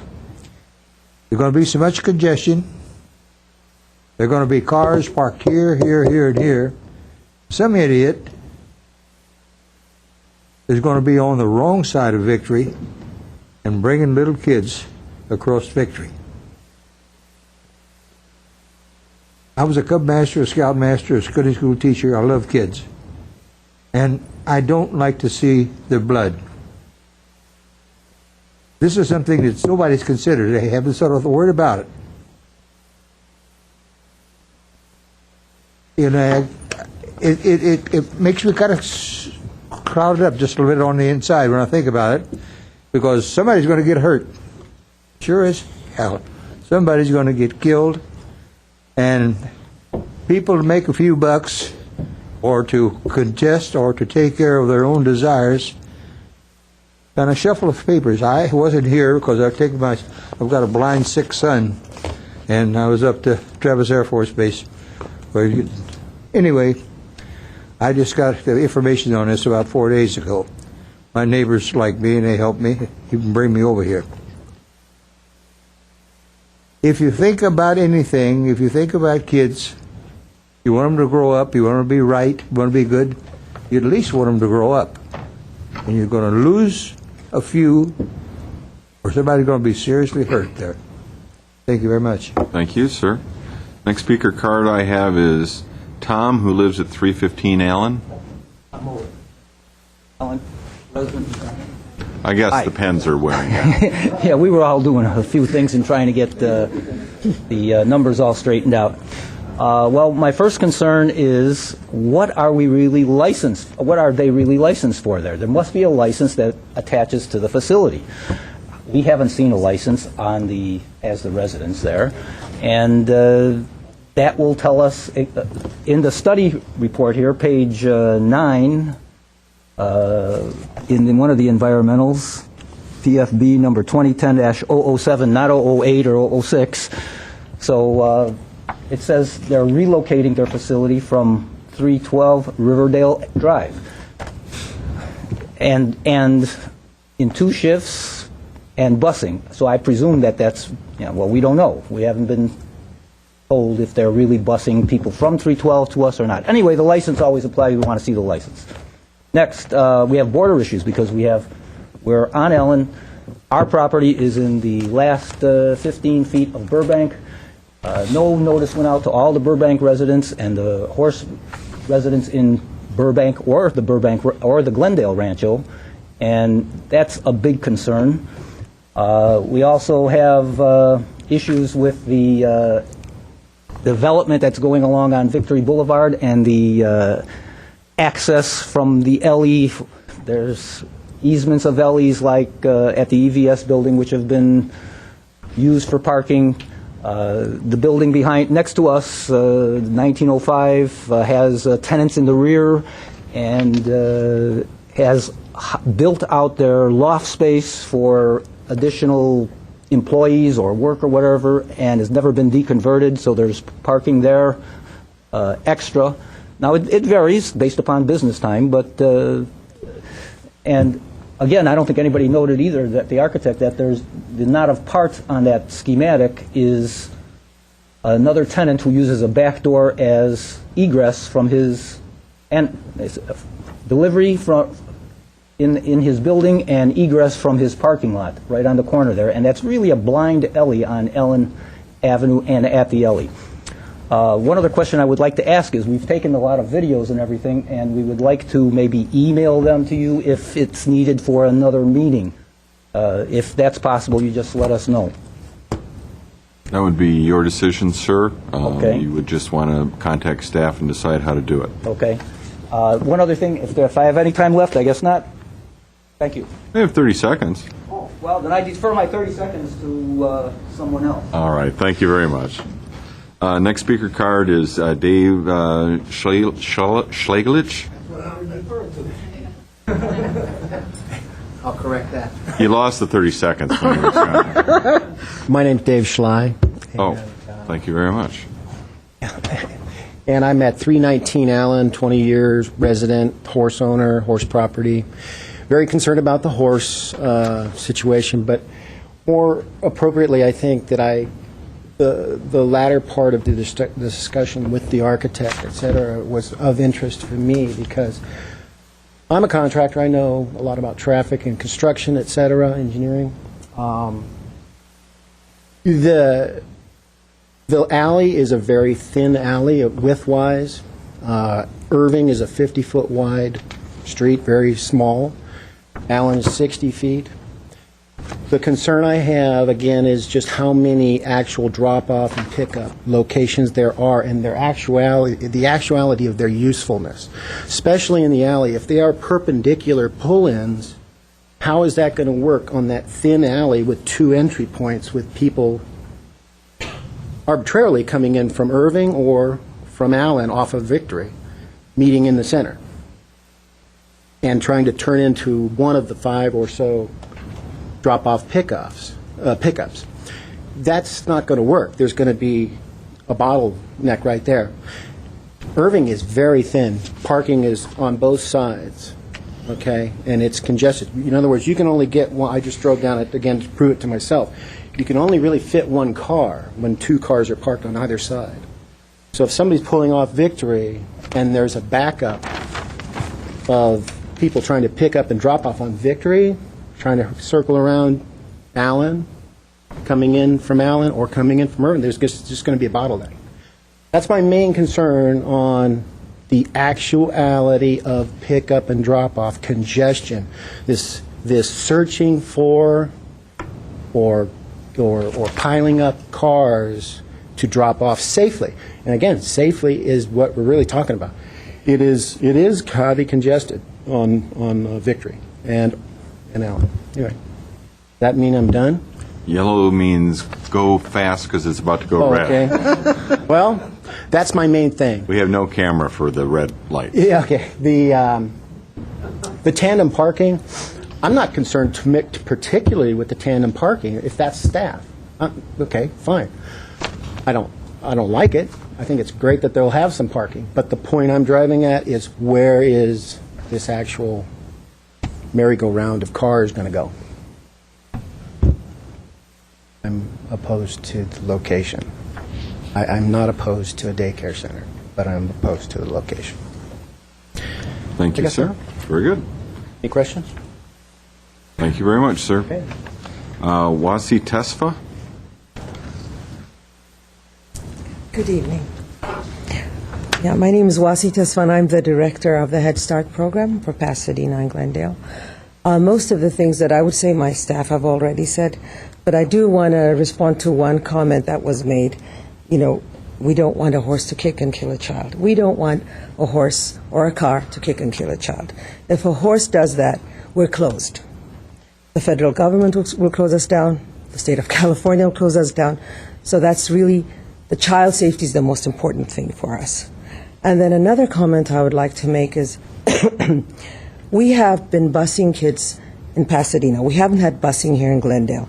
So we've resolved issues like that. We've had sites and places where there may have been a lot of congestion because of drop-off, but because we collect kids and drop them off to the site, we've reduced that. And I do want to correct our architect.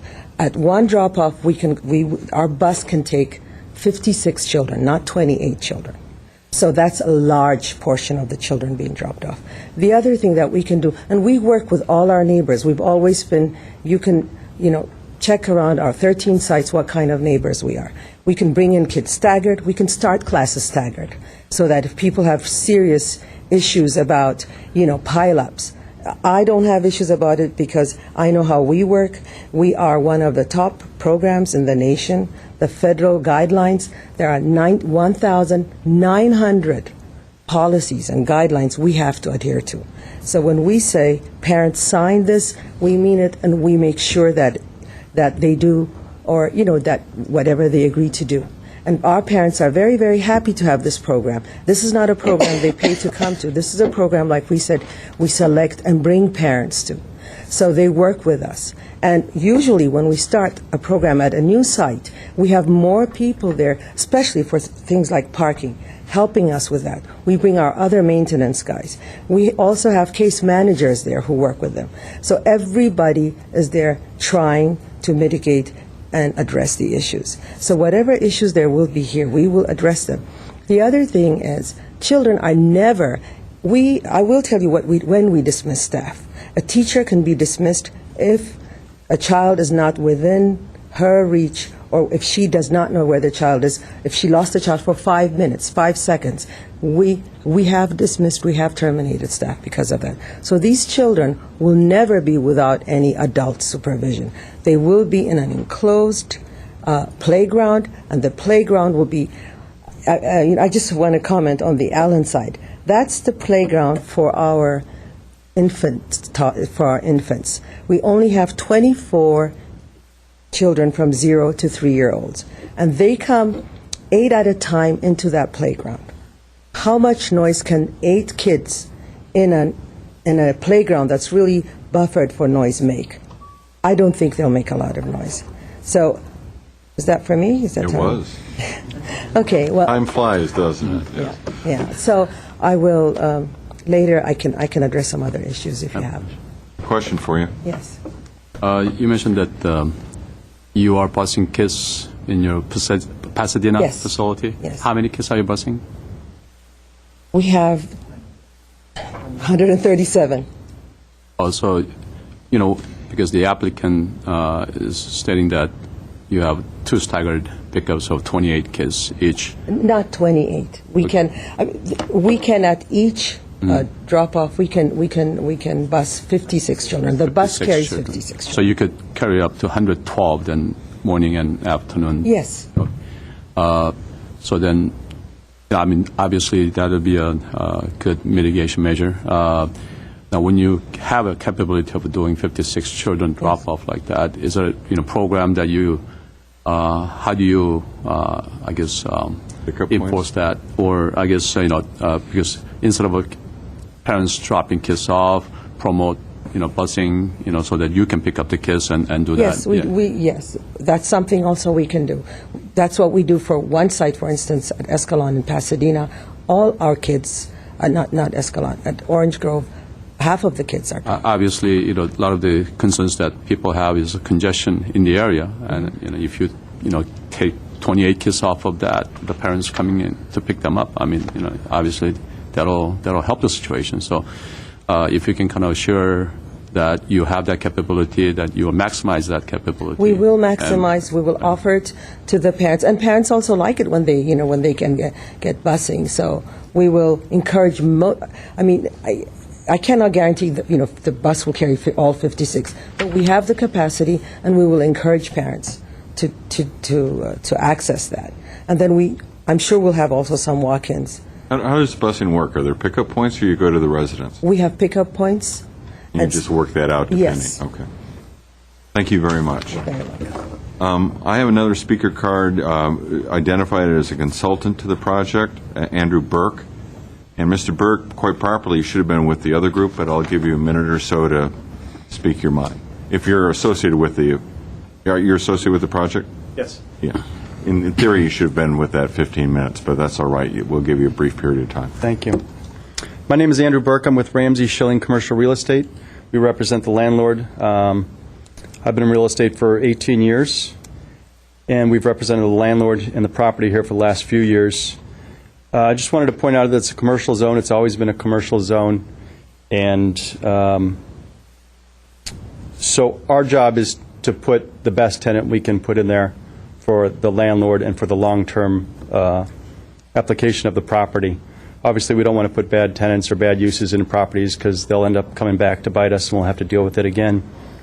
I personally live across the street from a preschool daycare, an elementary school, and a high school. And so I've personally seen its effect on me as a homeowner living across the street from 3 different schools. And all I've seen is that it takes proper rules and policing for the traffic in and out of the properties to have a less of an effect on us. And we have no problems with it. We love being across the street from children. I realize some people don't want to live near kids or by kids or hear screaming voices. I also wanted to point out that the alley, both north and south of the property, don't go through. So this alley only serves this property here on Victory. And I've been to this site dozens and dozens of times in the last years. I haven't seen a horse on the street. I recognize that horses are allowed there and do go there, but I personally haven't seen any horses on the street. I'd certainly encourage you to go to the property yourself and go to the neighborhood and see for yourself. Frankly, I'm sure we all have, sir, just to let you know. We've had other uses tried to go into the property, and the landlord specifically said no to some of them before. I have paperwork here if you'd like to see any of it. The California Department of Transportation was considering the site in which they would bring in trucks and heavy equipment there. A medical manufacturing company which wanted to store some of their equipment and have an office there also was interested, and also an adult entertainment industry tenant wanted to come to the site, and our landlord specifically said no because they didn't think it'd be a good use of the site and a good use for the neighbors over there. I understand there's a lot of issues here and concerns. It seems to me that some of those are larger issues and concerns with the neighborhood and the city, and we recognize that there's no perfect site for this tenant. We'd certainly like to create one, but in the urban setting that we live in, it seems an impossible task. So we're trying to do the best with what we have here. Thank you very much. Thank you.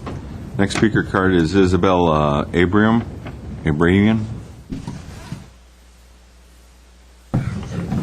No, Isabel? She's the one with the children. If she comes back in the next few minutes, we'll let her jump in. Rita, thank you.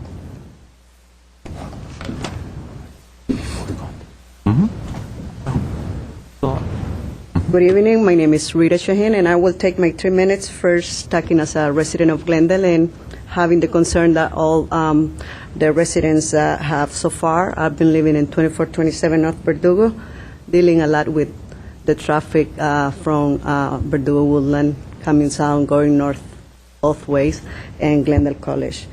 I deeply understand their concern, but I am very grateful to know that if one of these centers gets to be open at this, we have less people to conscientize and less people to make sure to understand there is a preschool there, and they will be more aware of the safety.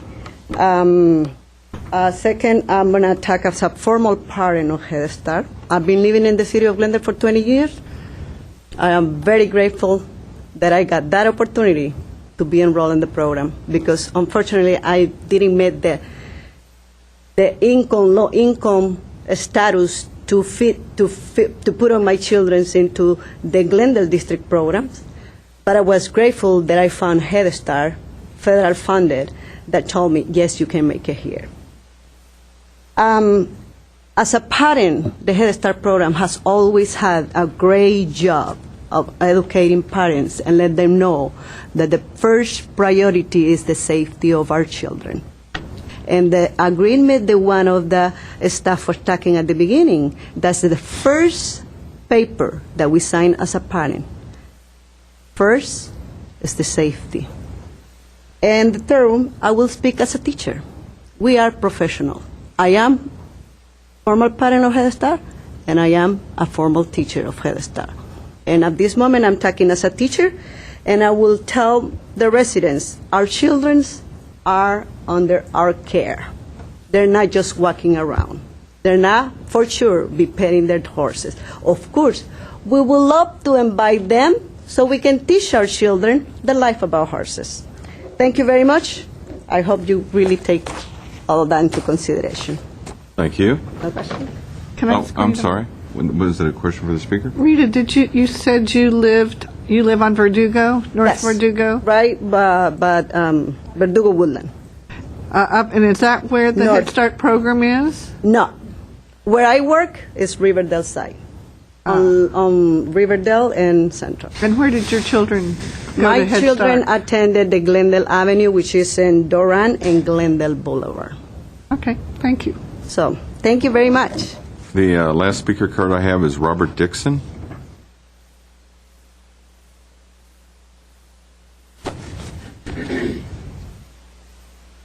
Our commission and neighbors. I'm Robert Dixon. I'm a commercial real estate broker for 30 years. I've represented CCFS in the relocation of this facility. We initially looked at 12 locations throughout Glendale. We made a short list of 4. We ended up with this particular facility because it has the attributes of the template that we were looking for: accessibility, size, and certainly costs related to rent, as well as tenant improvements.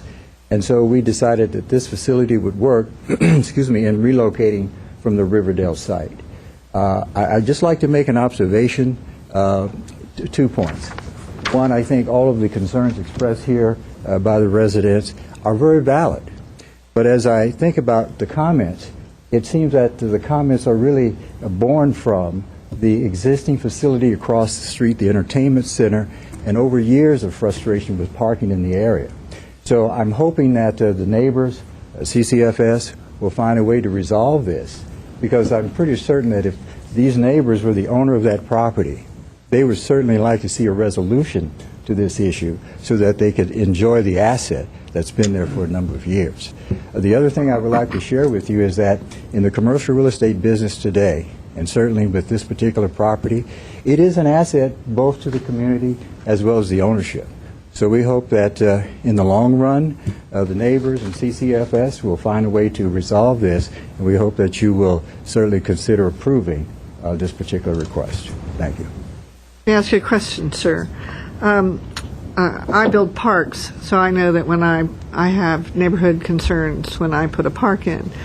But I also have some statistics that say that the neighborhood value has increased 25% when I put in a park after it's been built and it establishes.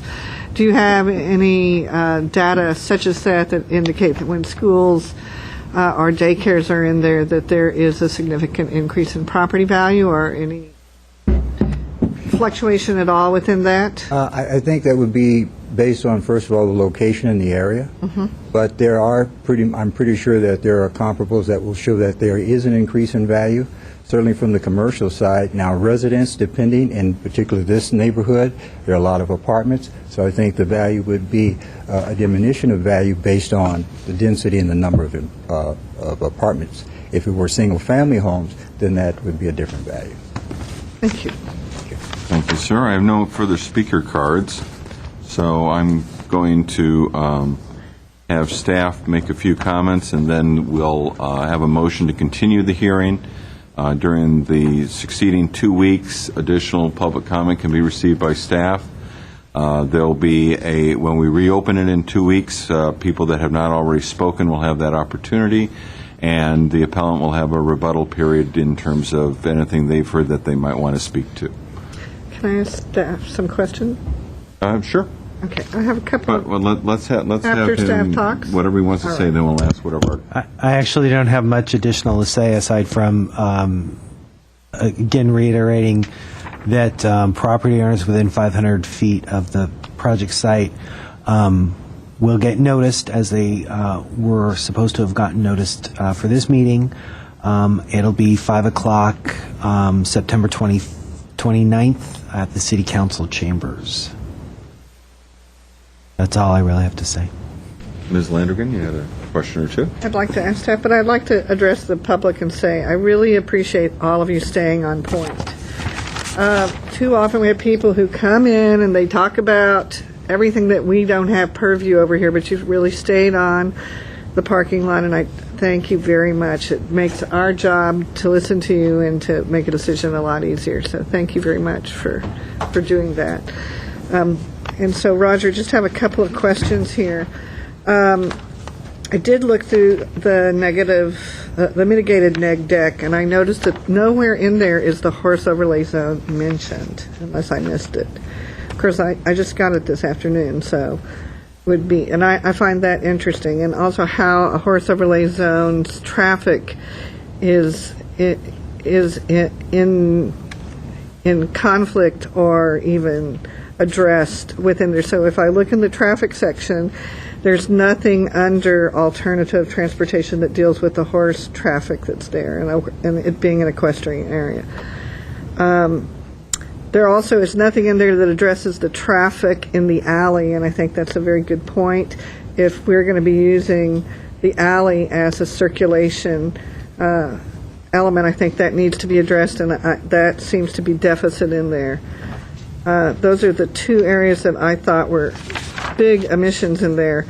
And the third question I would like to ask you is, in 1990, when this original use variance was approved, there was a difference in density, so that the impact on the neighborhood was different. But there's been a huge changeover since 1990, if I'm correct, and I may be incorrect, in the last 20 years of more densification.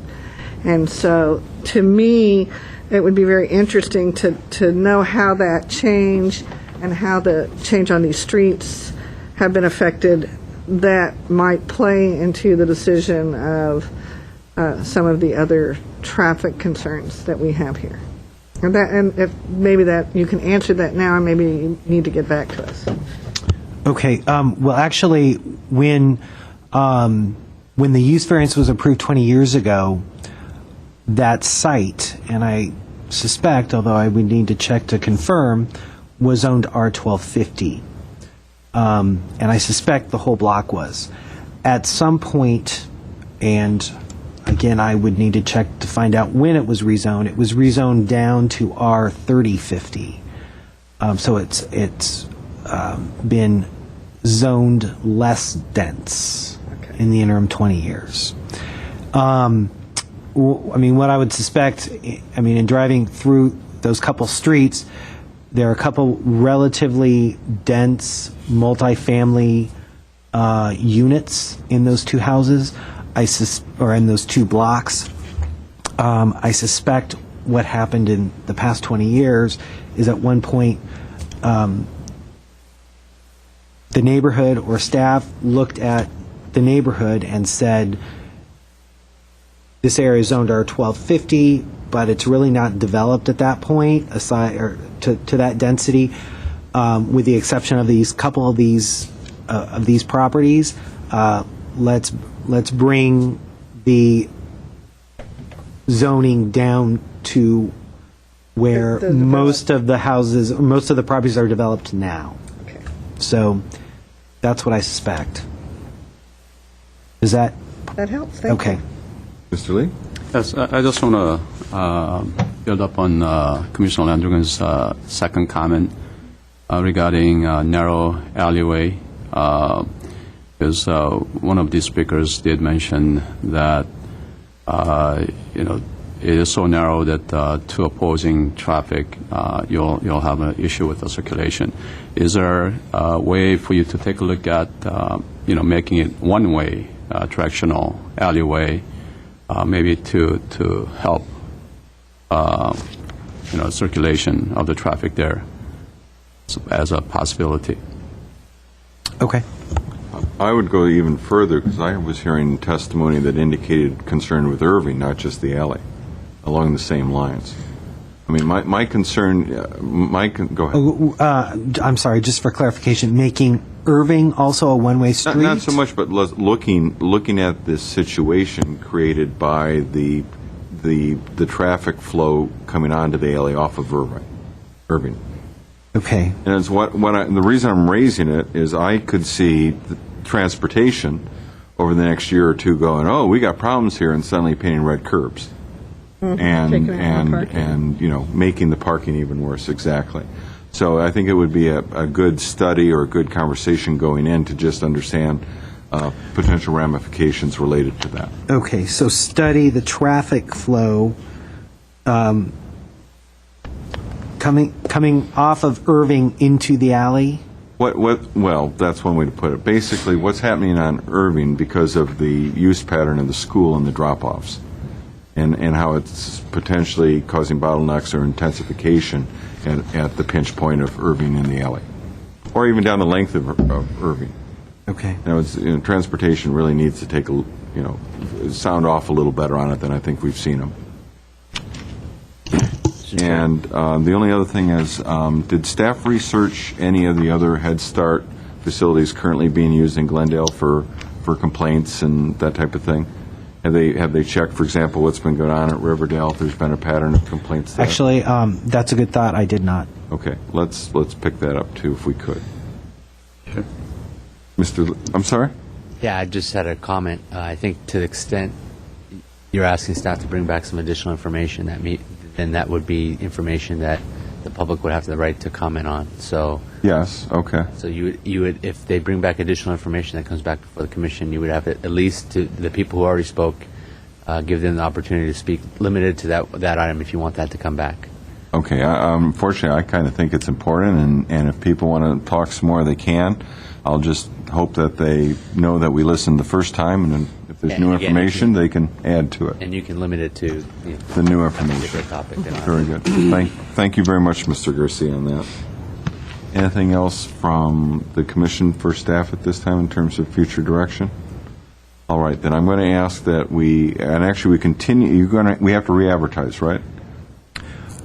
We are going to provide public notice to 500 foot, or to properties on the 500 feet of the subject site, as we should have done for this meeting. Right, but I guess all I'm saying is, do we continue off calendar, or do we continue to date certain? No, you leave the hearing open and you continue to a date certain, but we're going to notice. Great. Yes, I'm sorry. I do have one more note here that I wanted to ask. What is, from the corner of Irving or Allen, the other, closest or farthest signal light?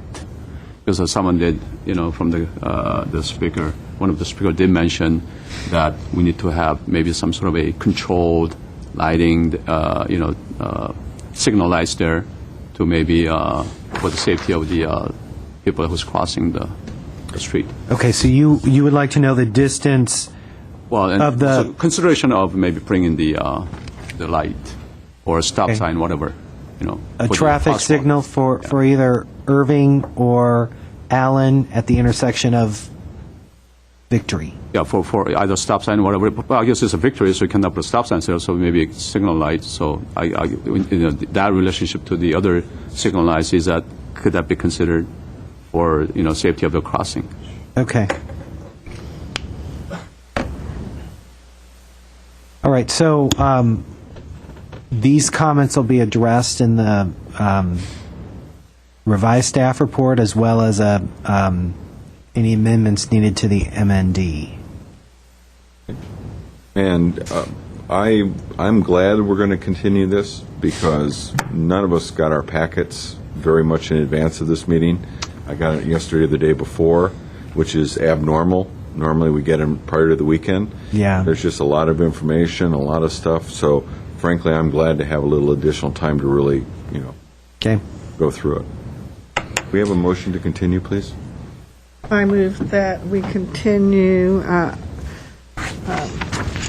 use variance case number PVAR 2010-0007 and the environmental information form initial study number PEIF 2010-007 to September 29th, 5 p.m.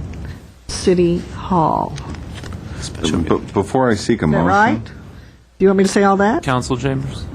Council chambers. Special meeting. Special meeting. And I just noticed something. In our planning staff report, it refers to use variance PBR 2010-008, which is correct. Turn off I'm sorry. That was another clarification I was going to go into early in the report. The variance PVAR 2010-008 is actually the variance number for next 2 weeks from now. For the planning hearing officer hearing. So 07's the correct one that the motion was made on. Correct. Thank Should it be 007 or 000? No, it should be 007. We were.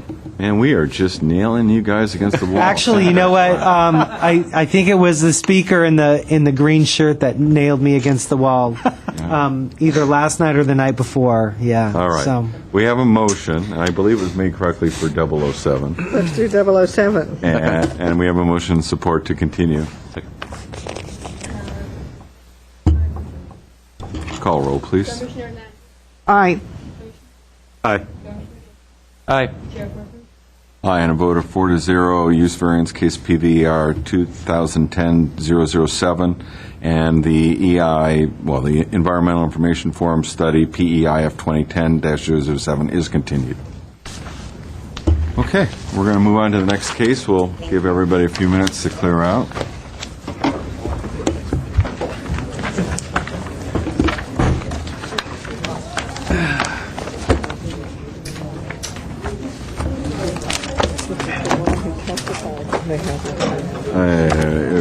No, Mr. Yasan actually pointed it out. He was cross-referencing.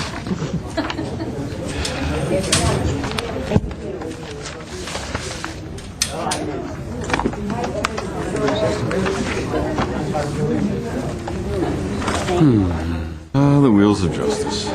Yeah, didn't we just get the mitigated negative deck just right now? I didn't have it in my This we packet. just got, right? I know. Okay. I just wanted to make sure that I wasn't. So are you not an intern anymore? Oh, the never-ending internship. Wow. The never-ending internship. And I bet you thank your lucky stars for that. Well, you got a case. Yeah. You're basically a planner.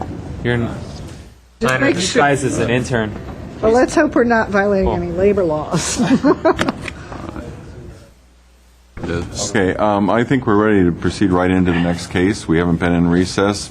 All We're right. about to start. I want to make sure your name tag is. Let me switch it. Much better. All right, we're moving on to new business administrative exception case, PAE 2010-006. The location is 3221 Dora Verdugo Drive. The applicant or the appellant is Sylvia Karayan, who is also the owner, and it is a request to reverse the denial of an administrative exception to permit a 56-square-foot addition to an existing single-family residence without providing the required number of parking spaces as required by Chapter 30250 of the Glendale Municipal Code. The subject property is located at 3221 Dora Verdugo Drive in the R1R Restricted Residential Zone, Flora Area District 3, and described as Lot 32, Tract 28765 in the City of Glendale, County of Los Angeles. The planning administrator denied the administrative exception case. The applicant has appealed the decision. It is exempt from CEQA. Staff recommends that we sustain the planning administrator's denial, and James Cohn is representing staff. Could you give us an overview? Certainly, that's James Combs. I apologize. So good evening, members of the Planning Commission. Tonight's case is an appeal of Planning Administrator's denial of administrative exception. Case number PAA 2010-006, located at 3221 Dora Verdugo Drive in the Oakmont neighborhood of Glendale, as you just said. So first, the lot of this property is approximately 11,725 square feet, with an existing 4,618 square foot home and an attached two-car garage. So you can see here is the home. The two-car garage is right out front, and then the addition is in the back here, in the rear. Under current code, the home is considered legal non-conforming in regards to the two-car garage. The addition is proposed to take place at the rear portion of the home where there currently exists a solarium, as is visible in these pictures here.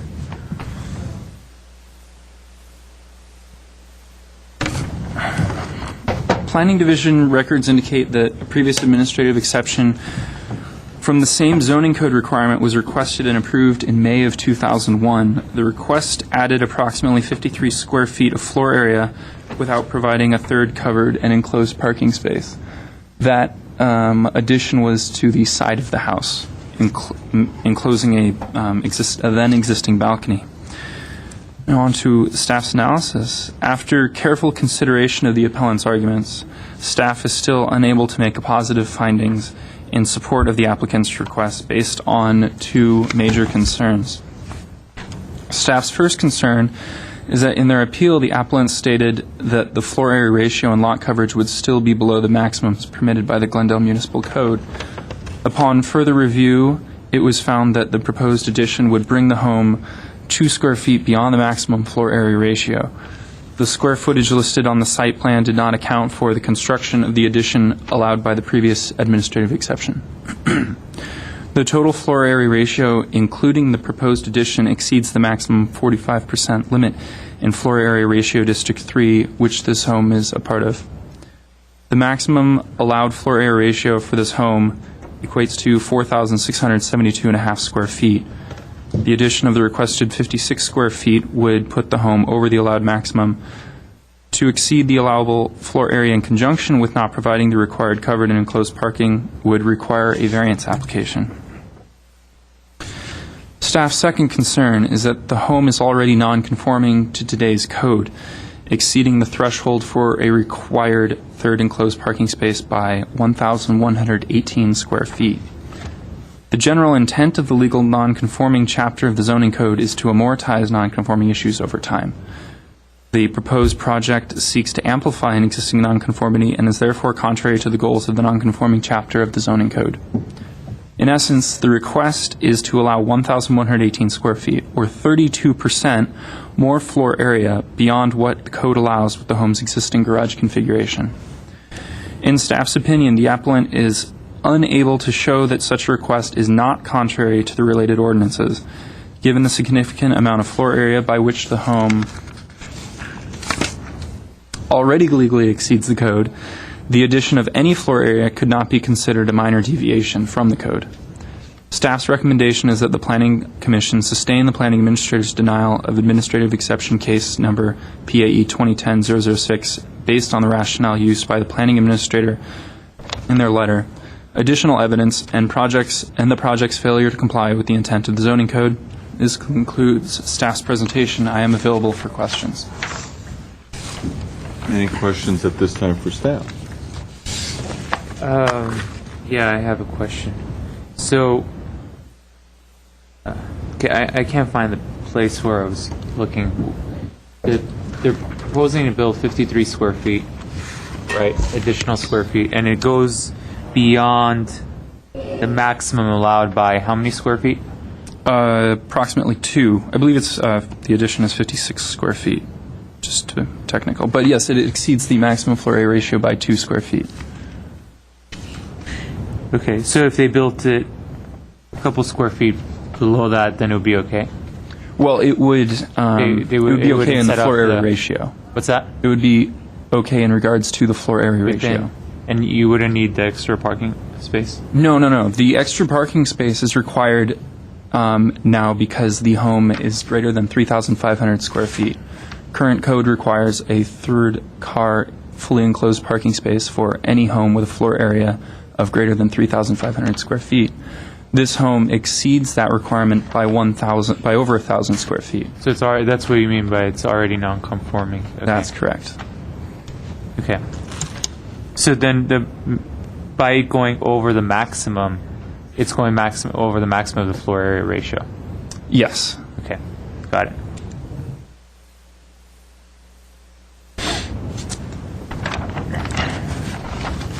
Was there a follow-up there? I wasn't sure. No, okay. I'm good. Right. Any other questions for staff at this time? It's just clarification. You said there was already administrative exception that was granted for this property? Yes. In the previous years? Mm-hmm. And that was at the dining room area, correct? Yes, it was a request to be exempt from the same portion of the code which would require a third car garage, and it enclosed a then existing balcony. and added it to the dining room. Then my question is that, is there any moratorium or limit on how many administrative exceptions you can ask for? There is no limit on the number of administrative exceptions you're allowed to ask for. Okay. Until you max up at... Until you run into some other problems. But you raise a valid point that one of the things that staff would always look at is this a creeping type of game being played? Right. You were about to say? You said it. All right. Anything else at this time? No. Nothing at this time. The appellant, you have up to 15 minutes to... Good evening. My name is Christina Carine Porta. I'm actually the daughter of the appellant. I would like to say, I grew up in the house. My husband and I lived in Pasadena when we got married, and we moved back to Glendale. We actually have a house in Verdugo Woodlands. So I understand the concerns with the ordinances and the zoning laws. The original exception that was sought in 2001 that added the additional 50-something square feet was at the side of the house, and although it enclosed what was referred to as a balcony on the plans, the balcony was flush with the house, so it didn't cause an extension of the building. All it did was basically close off this balcony that no one had access to. And pushed it out.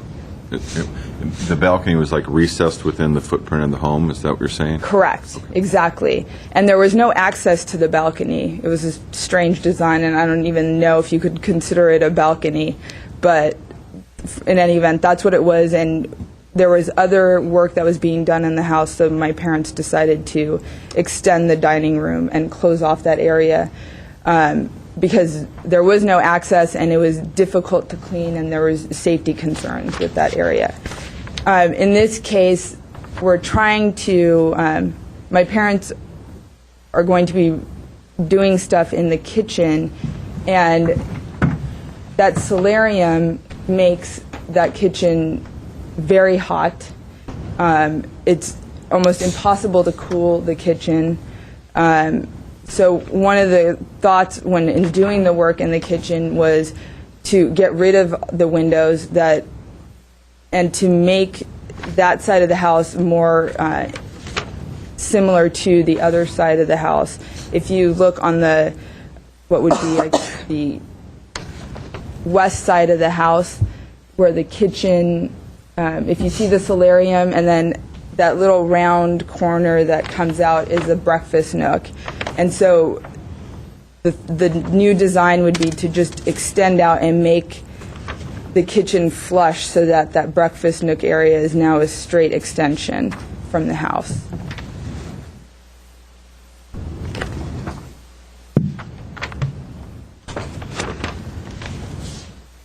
And at the time the house was built, it was already over 4,000 square feet. So although there was an exemption granted and there was 50 square feet added on that side in 2001, the house was already over 1,000 square feet legal non-conforming.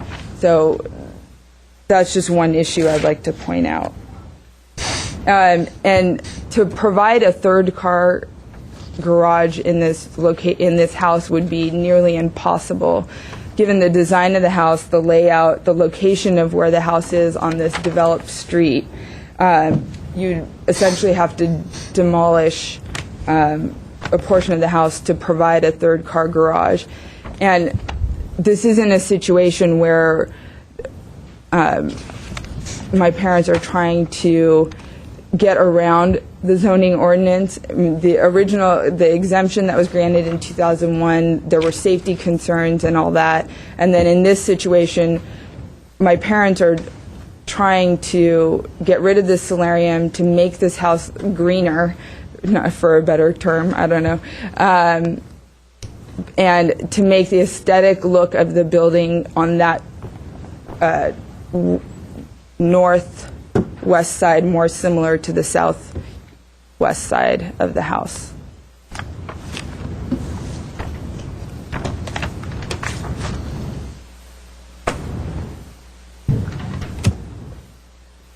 I think that's all I have.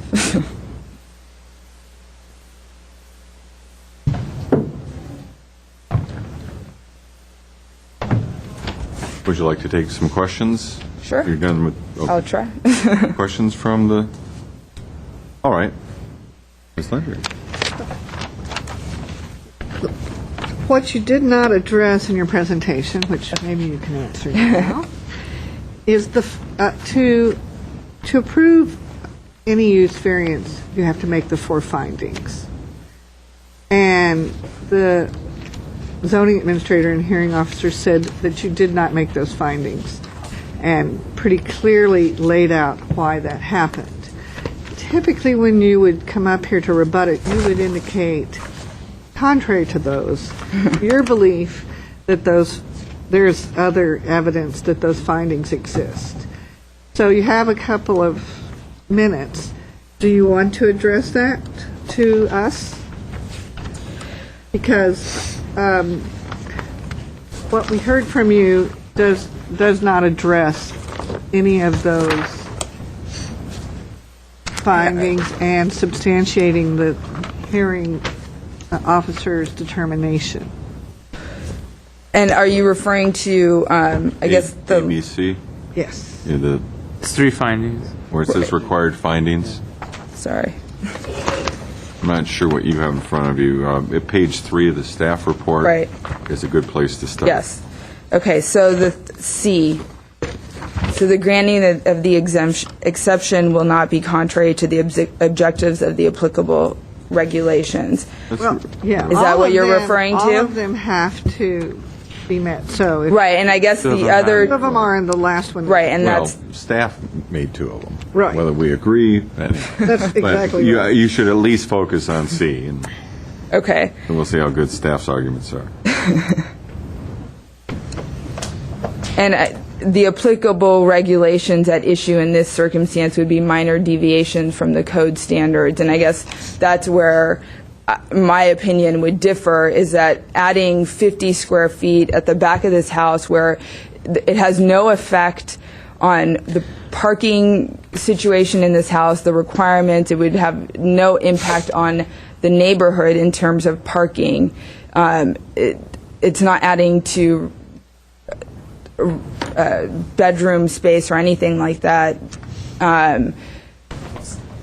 Not only that, it's in the rear of the house where it's essentially the neighbor on the north side, they have plants and big trees and all that, so you can hardly see that the rear of the house from their house if you're inside or even if you're in the backyard. So, I mean, I would submit that it is a minor deviation. I mean, it's 50 square feet on a house that, when it was originally built, was already 1,000 square feet, you know, over the legal non-conforming what the 3-car garage requirement is currently. So I don't know if that's answering the question you're... There were other things that came up here, and those are of an issue. One is, and as minor as it seems, there are, you know, their litmus test, and they kind of set the max. And so with the previous use variance and this variance, you now exceed the maximum allowable. And instead of saying, well, we'll cut it back those 2 square feet. Right. Well, I mean... and that way we don't have that. That's an issue. That's an option. Yes. Because you can ask for use variances. But if you go over the maximum square feet, as we just heard, you have to have a different variance. Right, and when staff was discussing the case, that was the first time I noticed that. So, I mean, I'm sure I didn't draw the architectural plans, but there may be a way to do it so that those 2 square feet can be cut off so that we're not, I mean, I don't know the answer to that. But that is something that could be looked into. Well, fundamentally, it has to be. Right. You're going to be spending more money to come in front of us. You can weigh off whether 2 square feet's worth a couple $1,000. Right. That's your decision. You say yes? Okay, yes. I have a question. Mr. Lee? If I'm looking at your plans correctly, I think you are lining up this new, increased area to line up with the rest of the house. Yes. Now, I mean, that is just to line it up. Yes. But so what you're doing is actually you're taking out the solarium and then also, I guess, nuke area. Yes. So you'll be completely demolishing that to build this new wall, correct? To line it up, correct? Yes. Now, what's stopping you from, I mean, you can have a straight line, but you can have a little, kind of like zigzag too. I mean, if that's, and what's, I'm not telling you how to design your house, but, instead of coming all the way out, to achieve what you're trying to achieve, that is to stop sun from coming in, to make the house a little bit more greener, just recess the house line a little bit and then go in so that you don't have to increase this 50 square foot. Yeah, I mean, if you're going to demolish it anyways and then build a new wall, then you don't have to come here before us for this diminished exception. Yeah.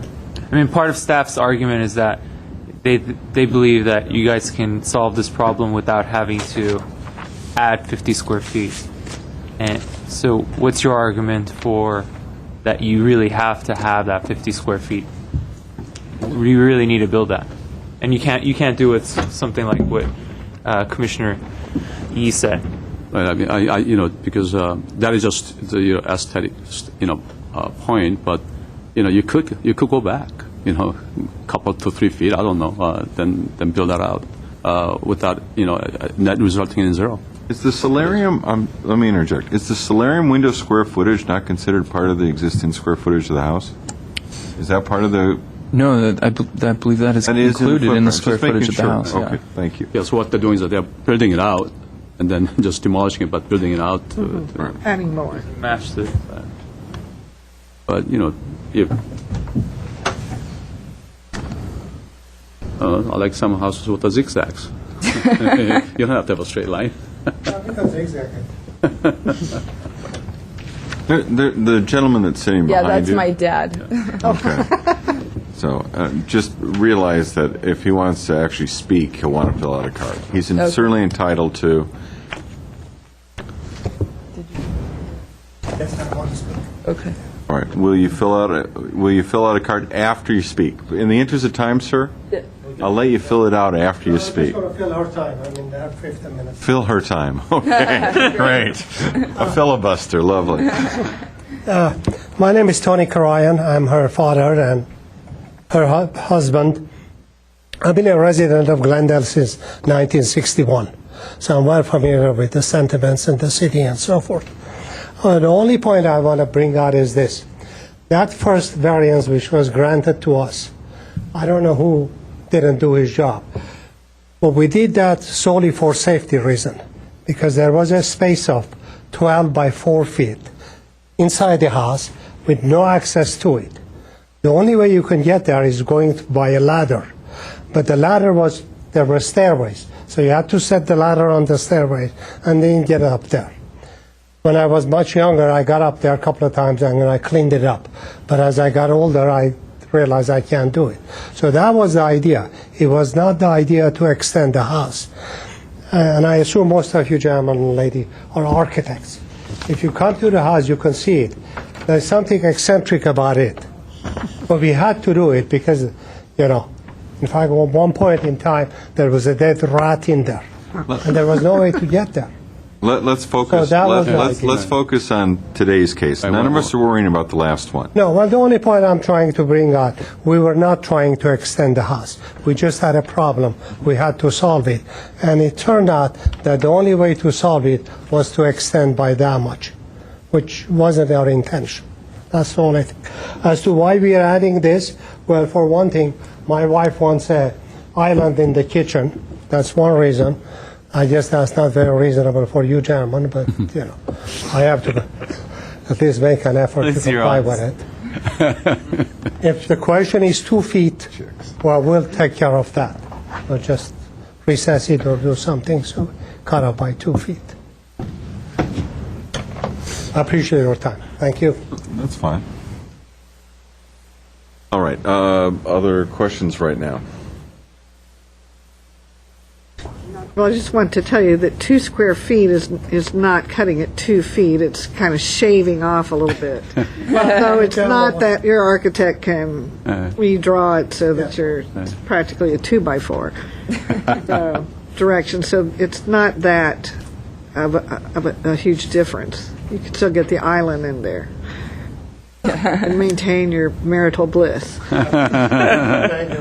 Or gain some, either way. One or the other. All right. We're going to go to staff. You actually have a rebuttal period in a minute if we decide it's needed. So give us just a moment. Sure.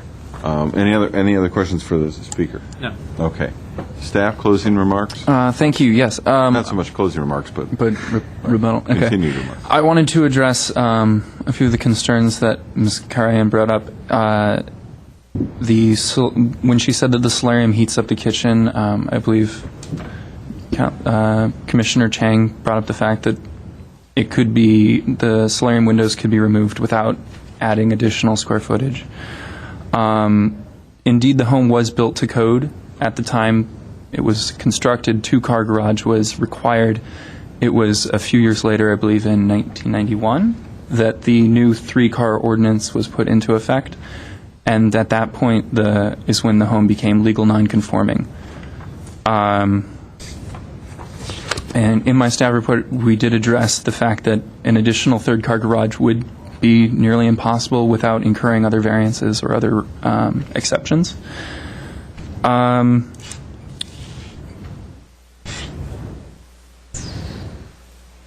There was a lot of discussion about the previous administrative exception.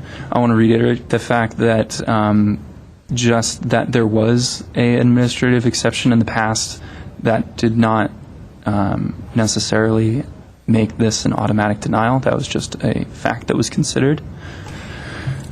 And that covers my comments. Any questions? Seeing none at this time. And no speaker cards. The appellant has their rebuttal period. I'm not sure that there's much to rebut. Thank you, sir, for completing that. All right. If there's nothing that the appellant wants to add, and I see no comments from commissioners, probably nothing that staff wants to add. All right. Let's close the public hearing. We'll go into deliberations. Who wants to lead off? I will. Mr. Lee. I guess the administrative exception is there's,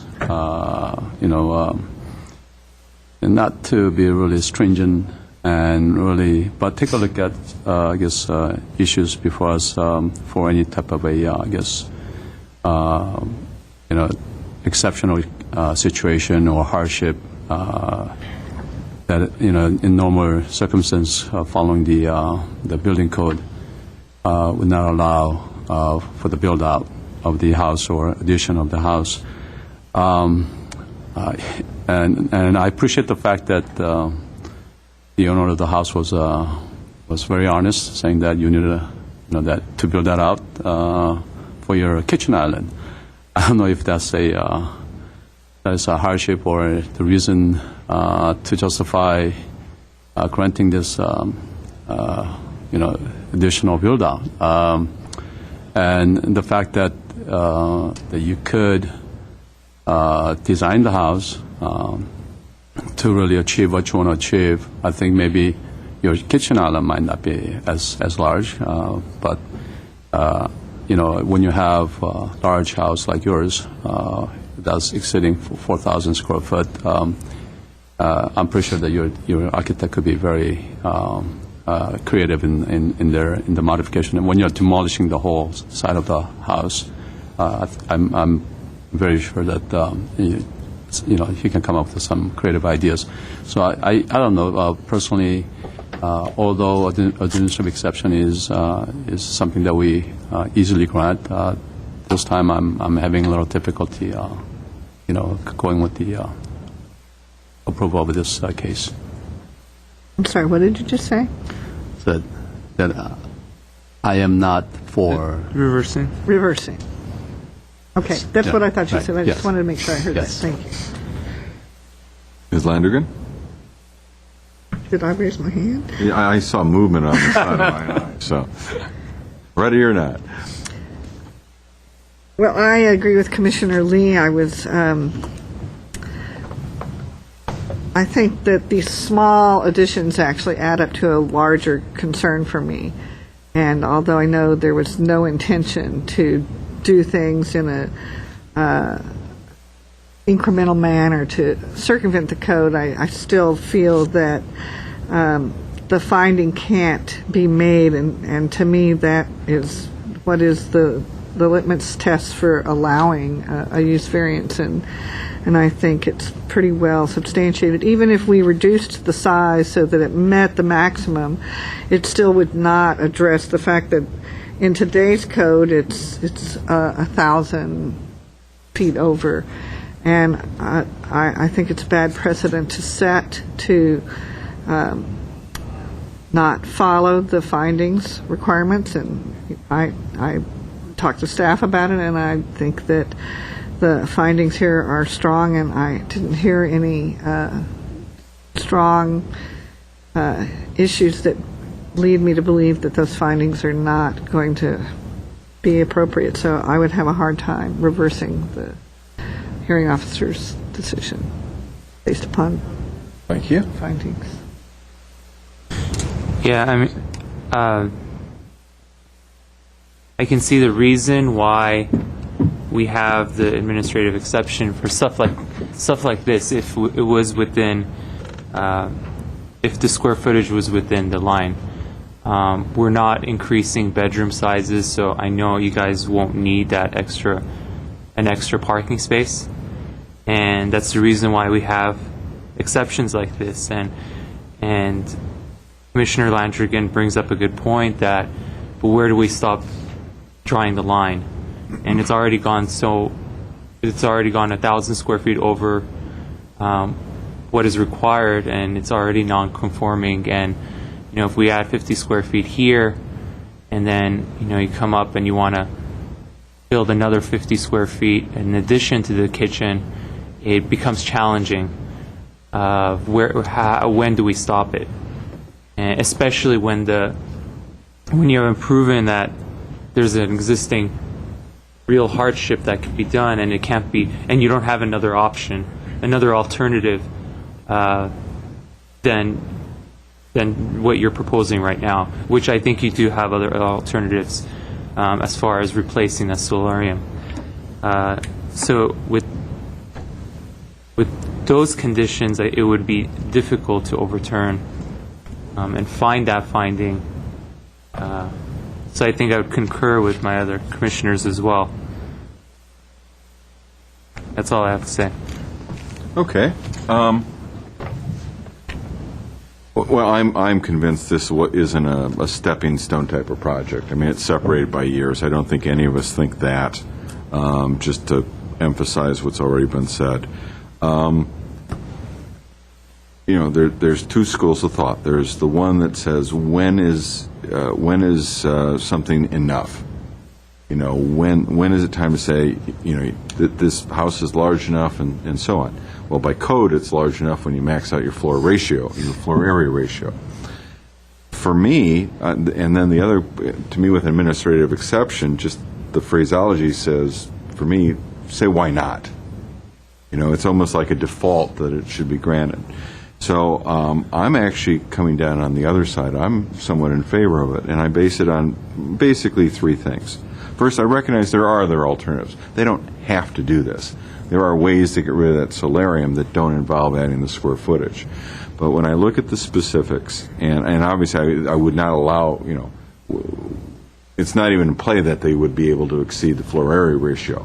I mean, our approval of the administrative exception would limit it to the maximum allowed in the floor area ratio by default, unless they wanted to go and get another variance, and that's not going to happen. So we'd limit it to being within that.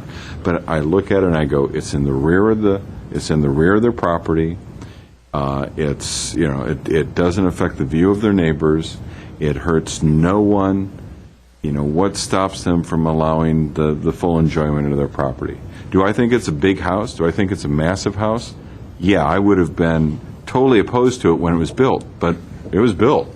It was built according to the rules. And the observation that's already 1,000 square feet bigger than requiring the third car garage is absolutely true, but it was built according to the rules then. If they were adding a bedroom, I would absolutely be opposed to the project. If they were adding it on the street side, or where if they were impacting their neighbors in some way, I'd absolutely be opposed to it. But I actually say, why not in this case, and specifically to this case? So I'm a little on the other court. Mr. Lee was... I guess, that's one of the things that I was kind of going back and forth. But, in the strictest, the interpretation of the thing, that's where I was. But that's why we have the administrative exception. And, listening to you, maybe why not? So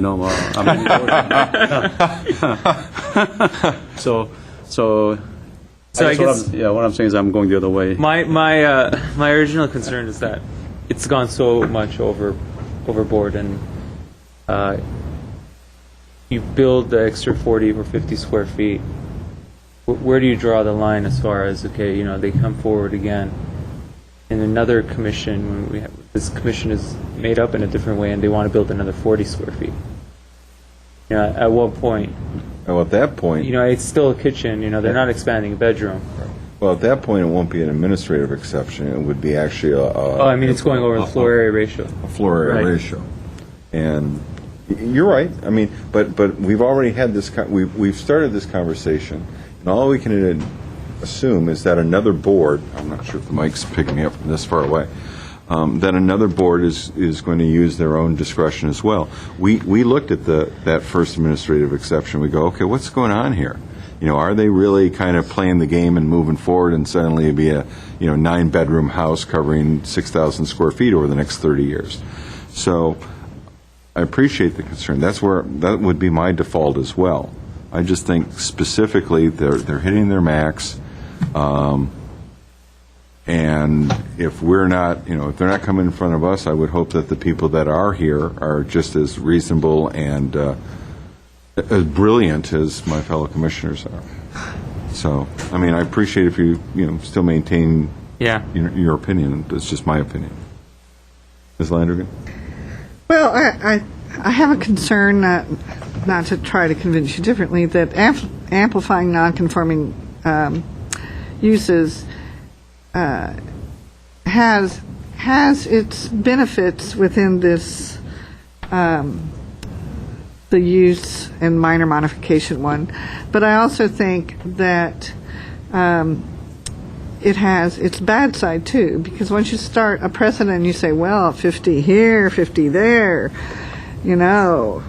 it's still kosher, so to speak, and in the long run, I think that then everyone else who comes in here says, well, you said 50 feet here, 56 here, didn't matter.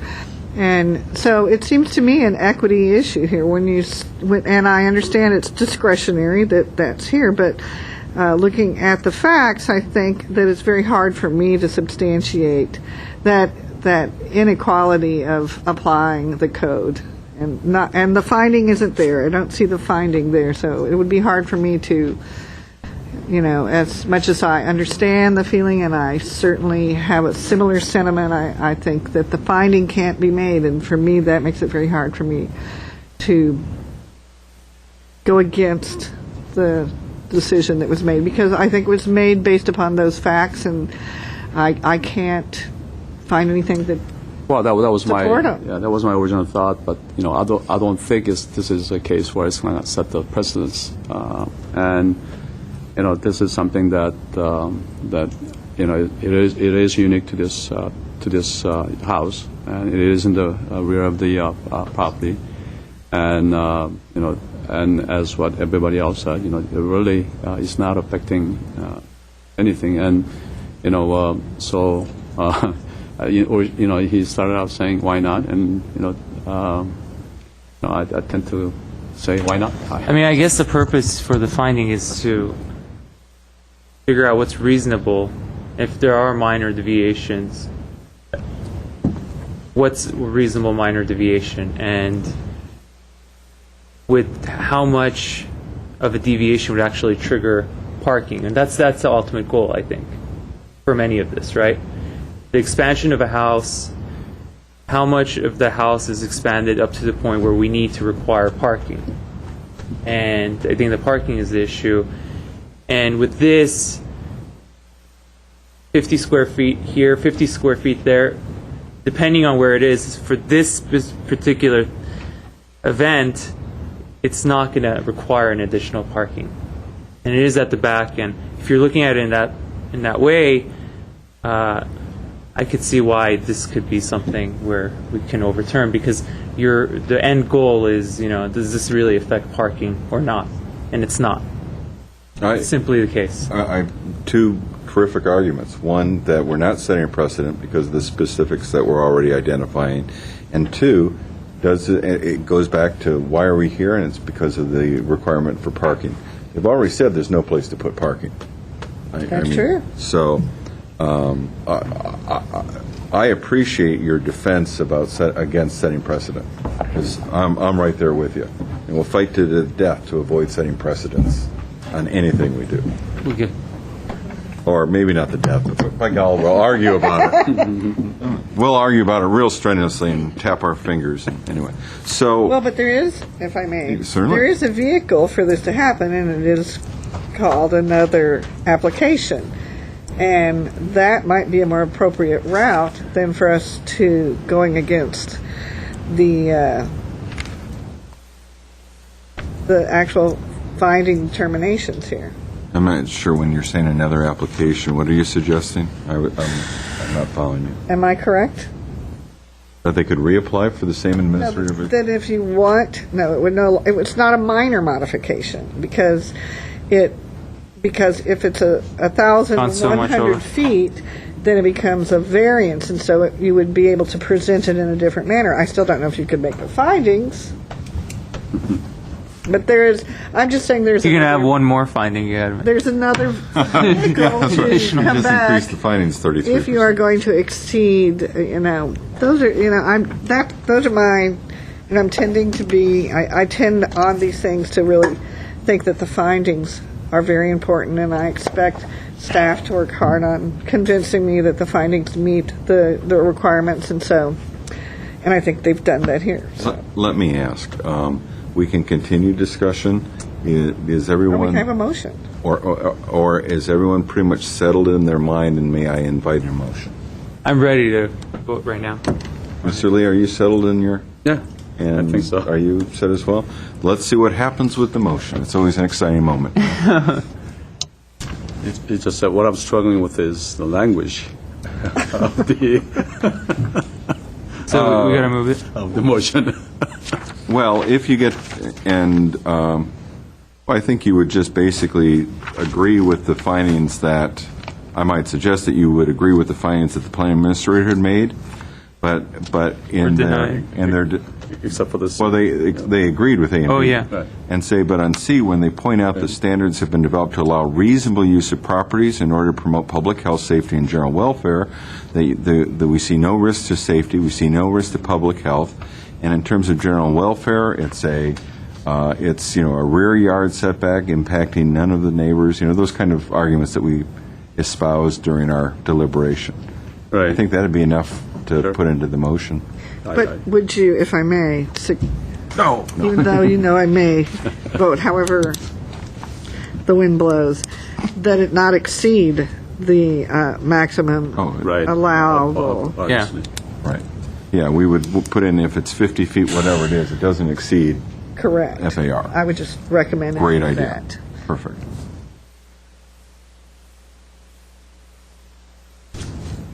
I guess I'll just stab at it then.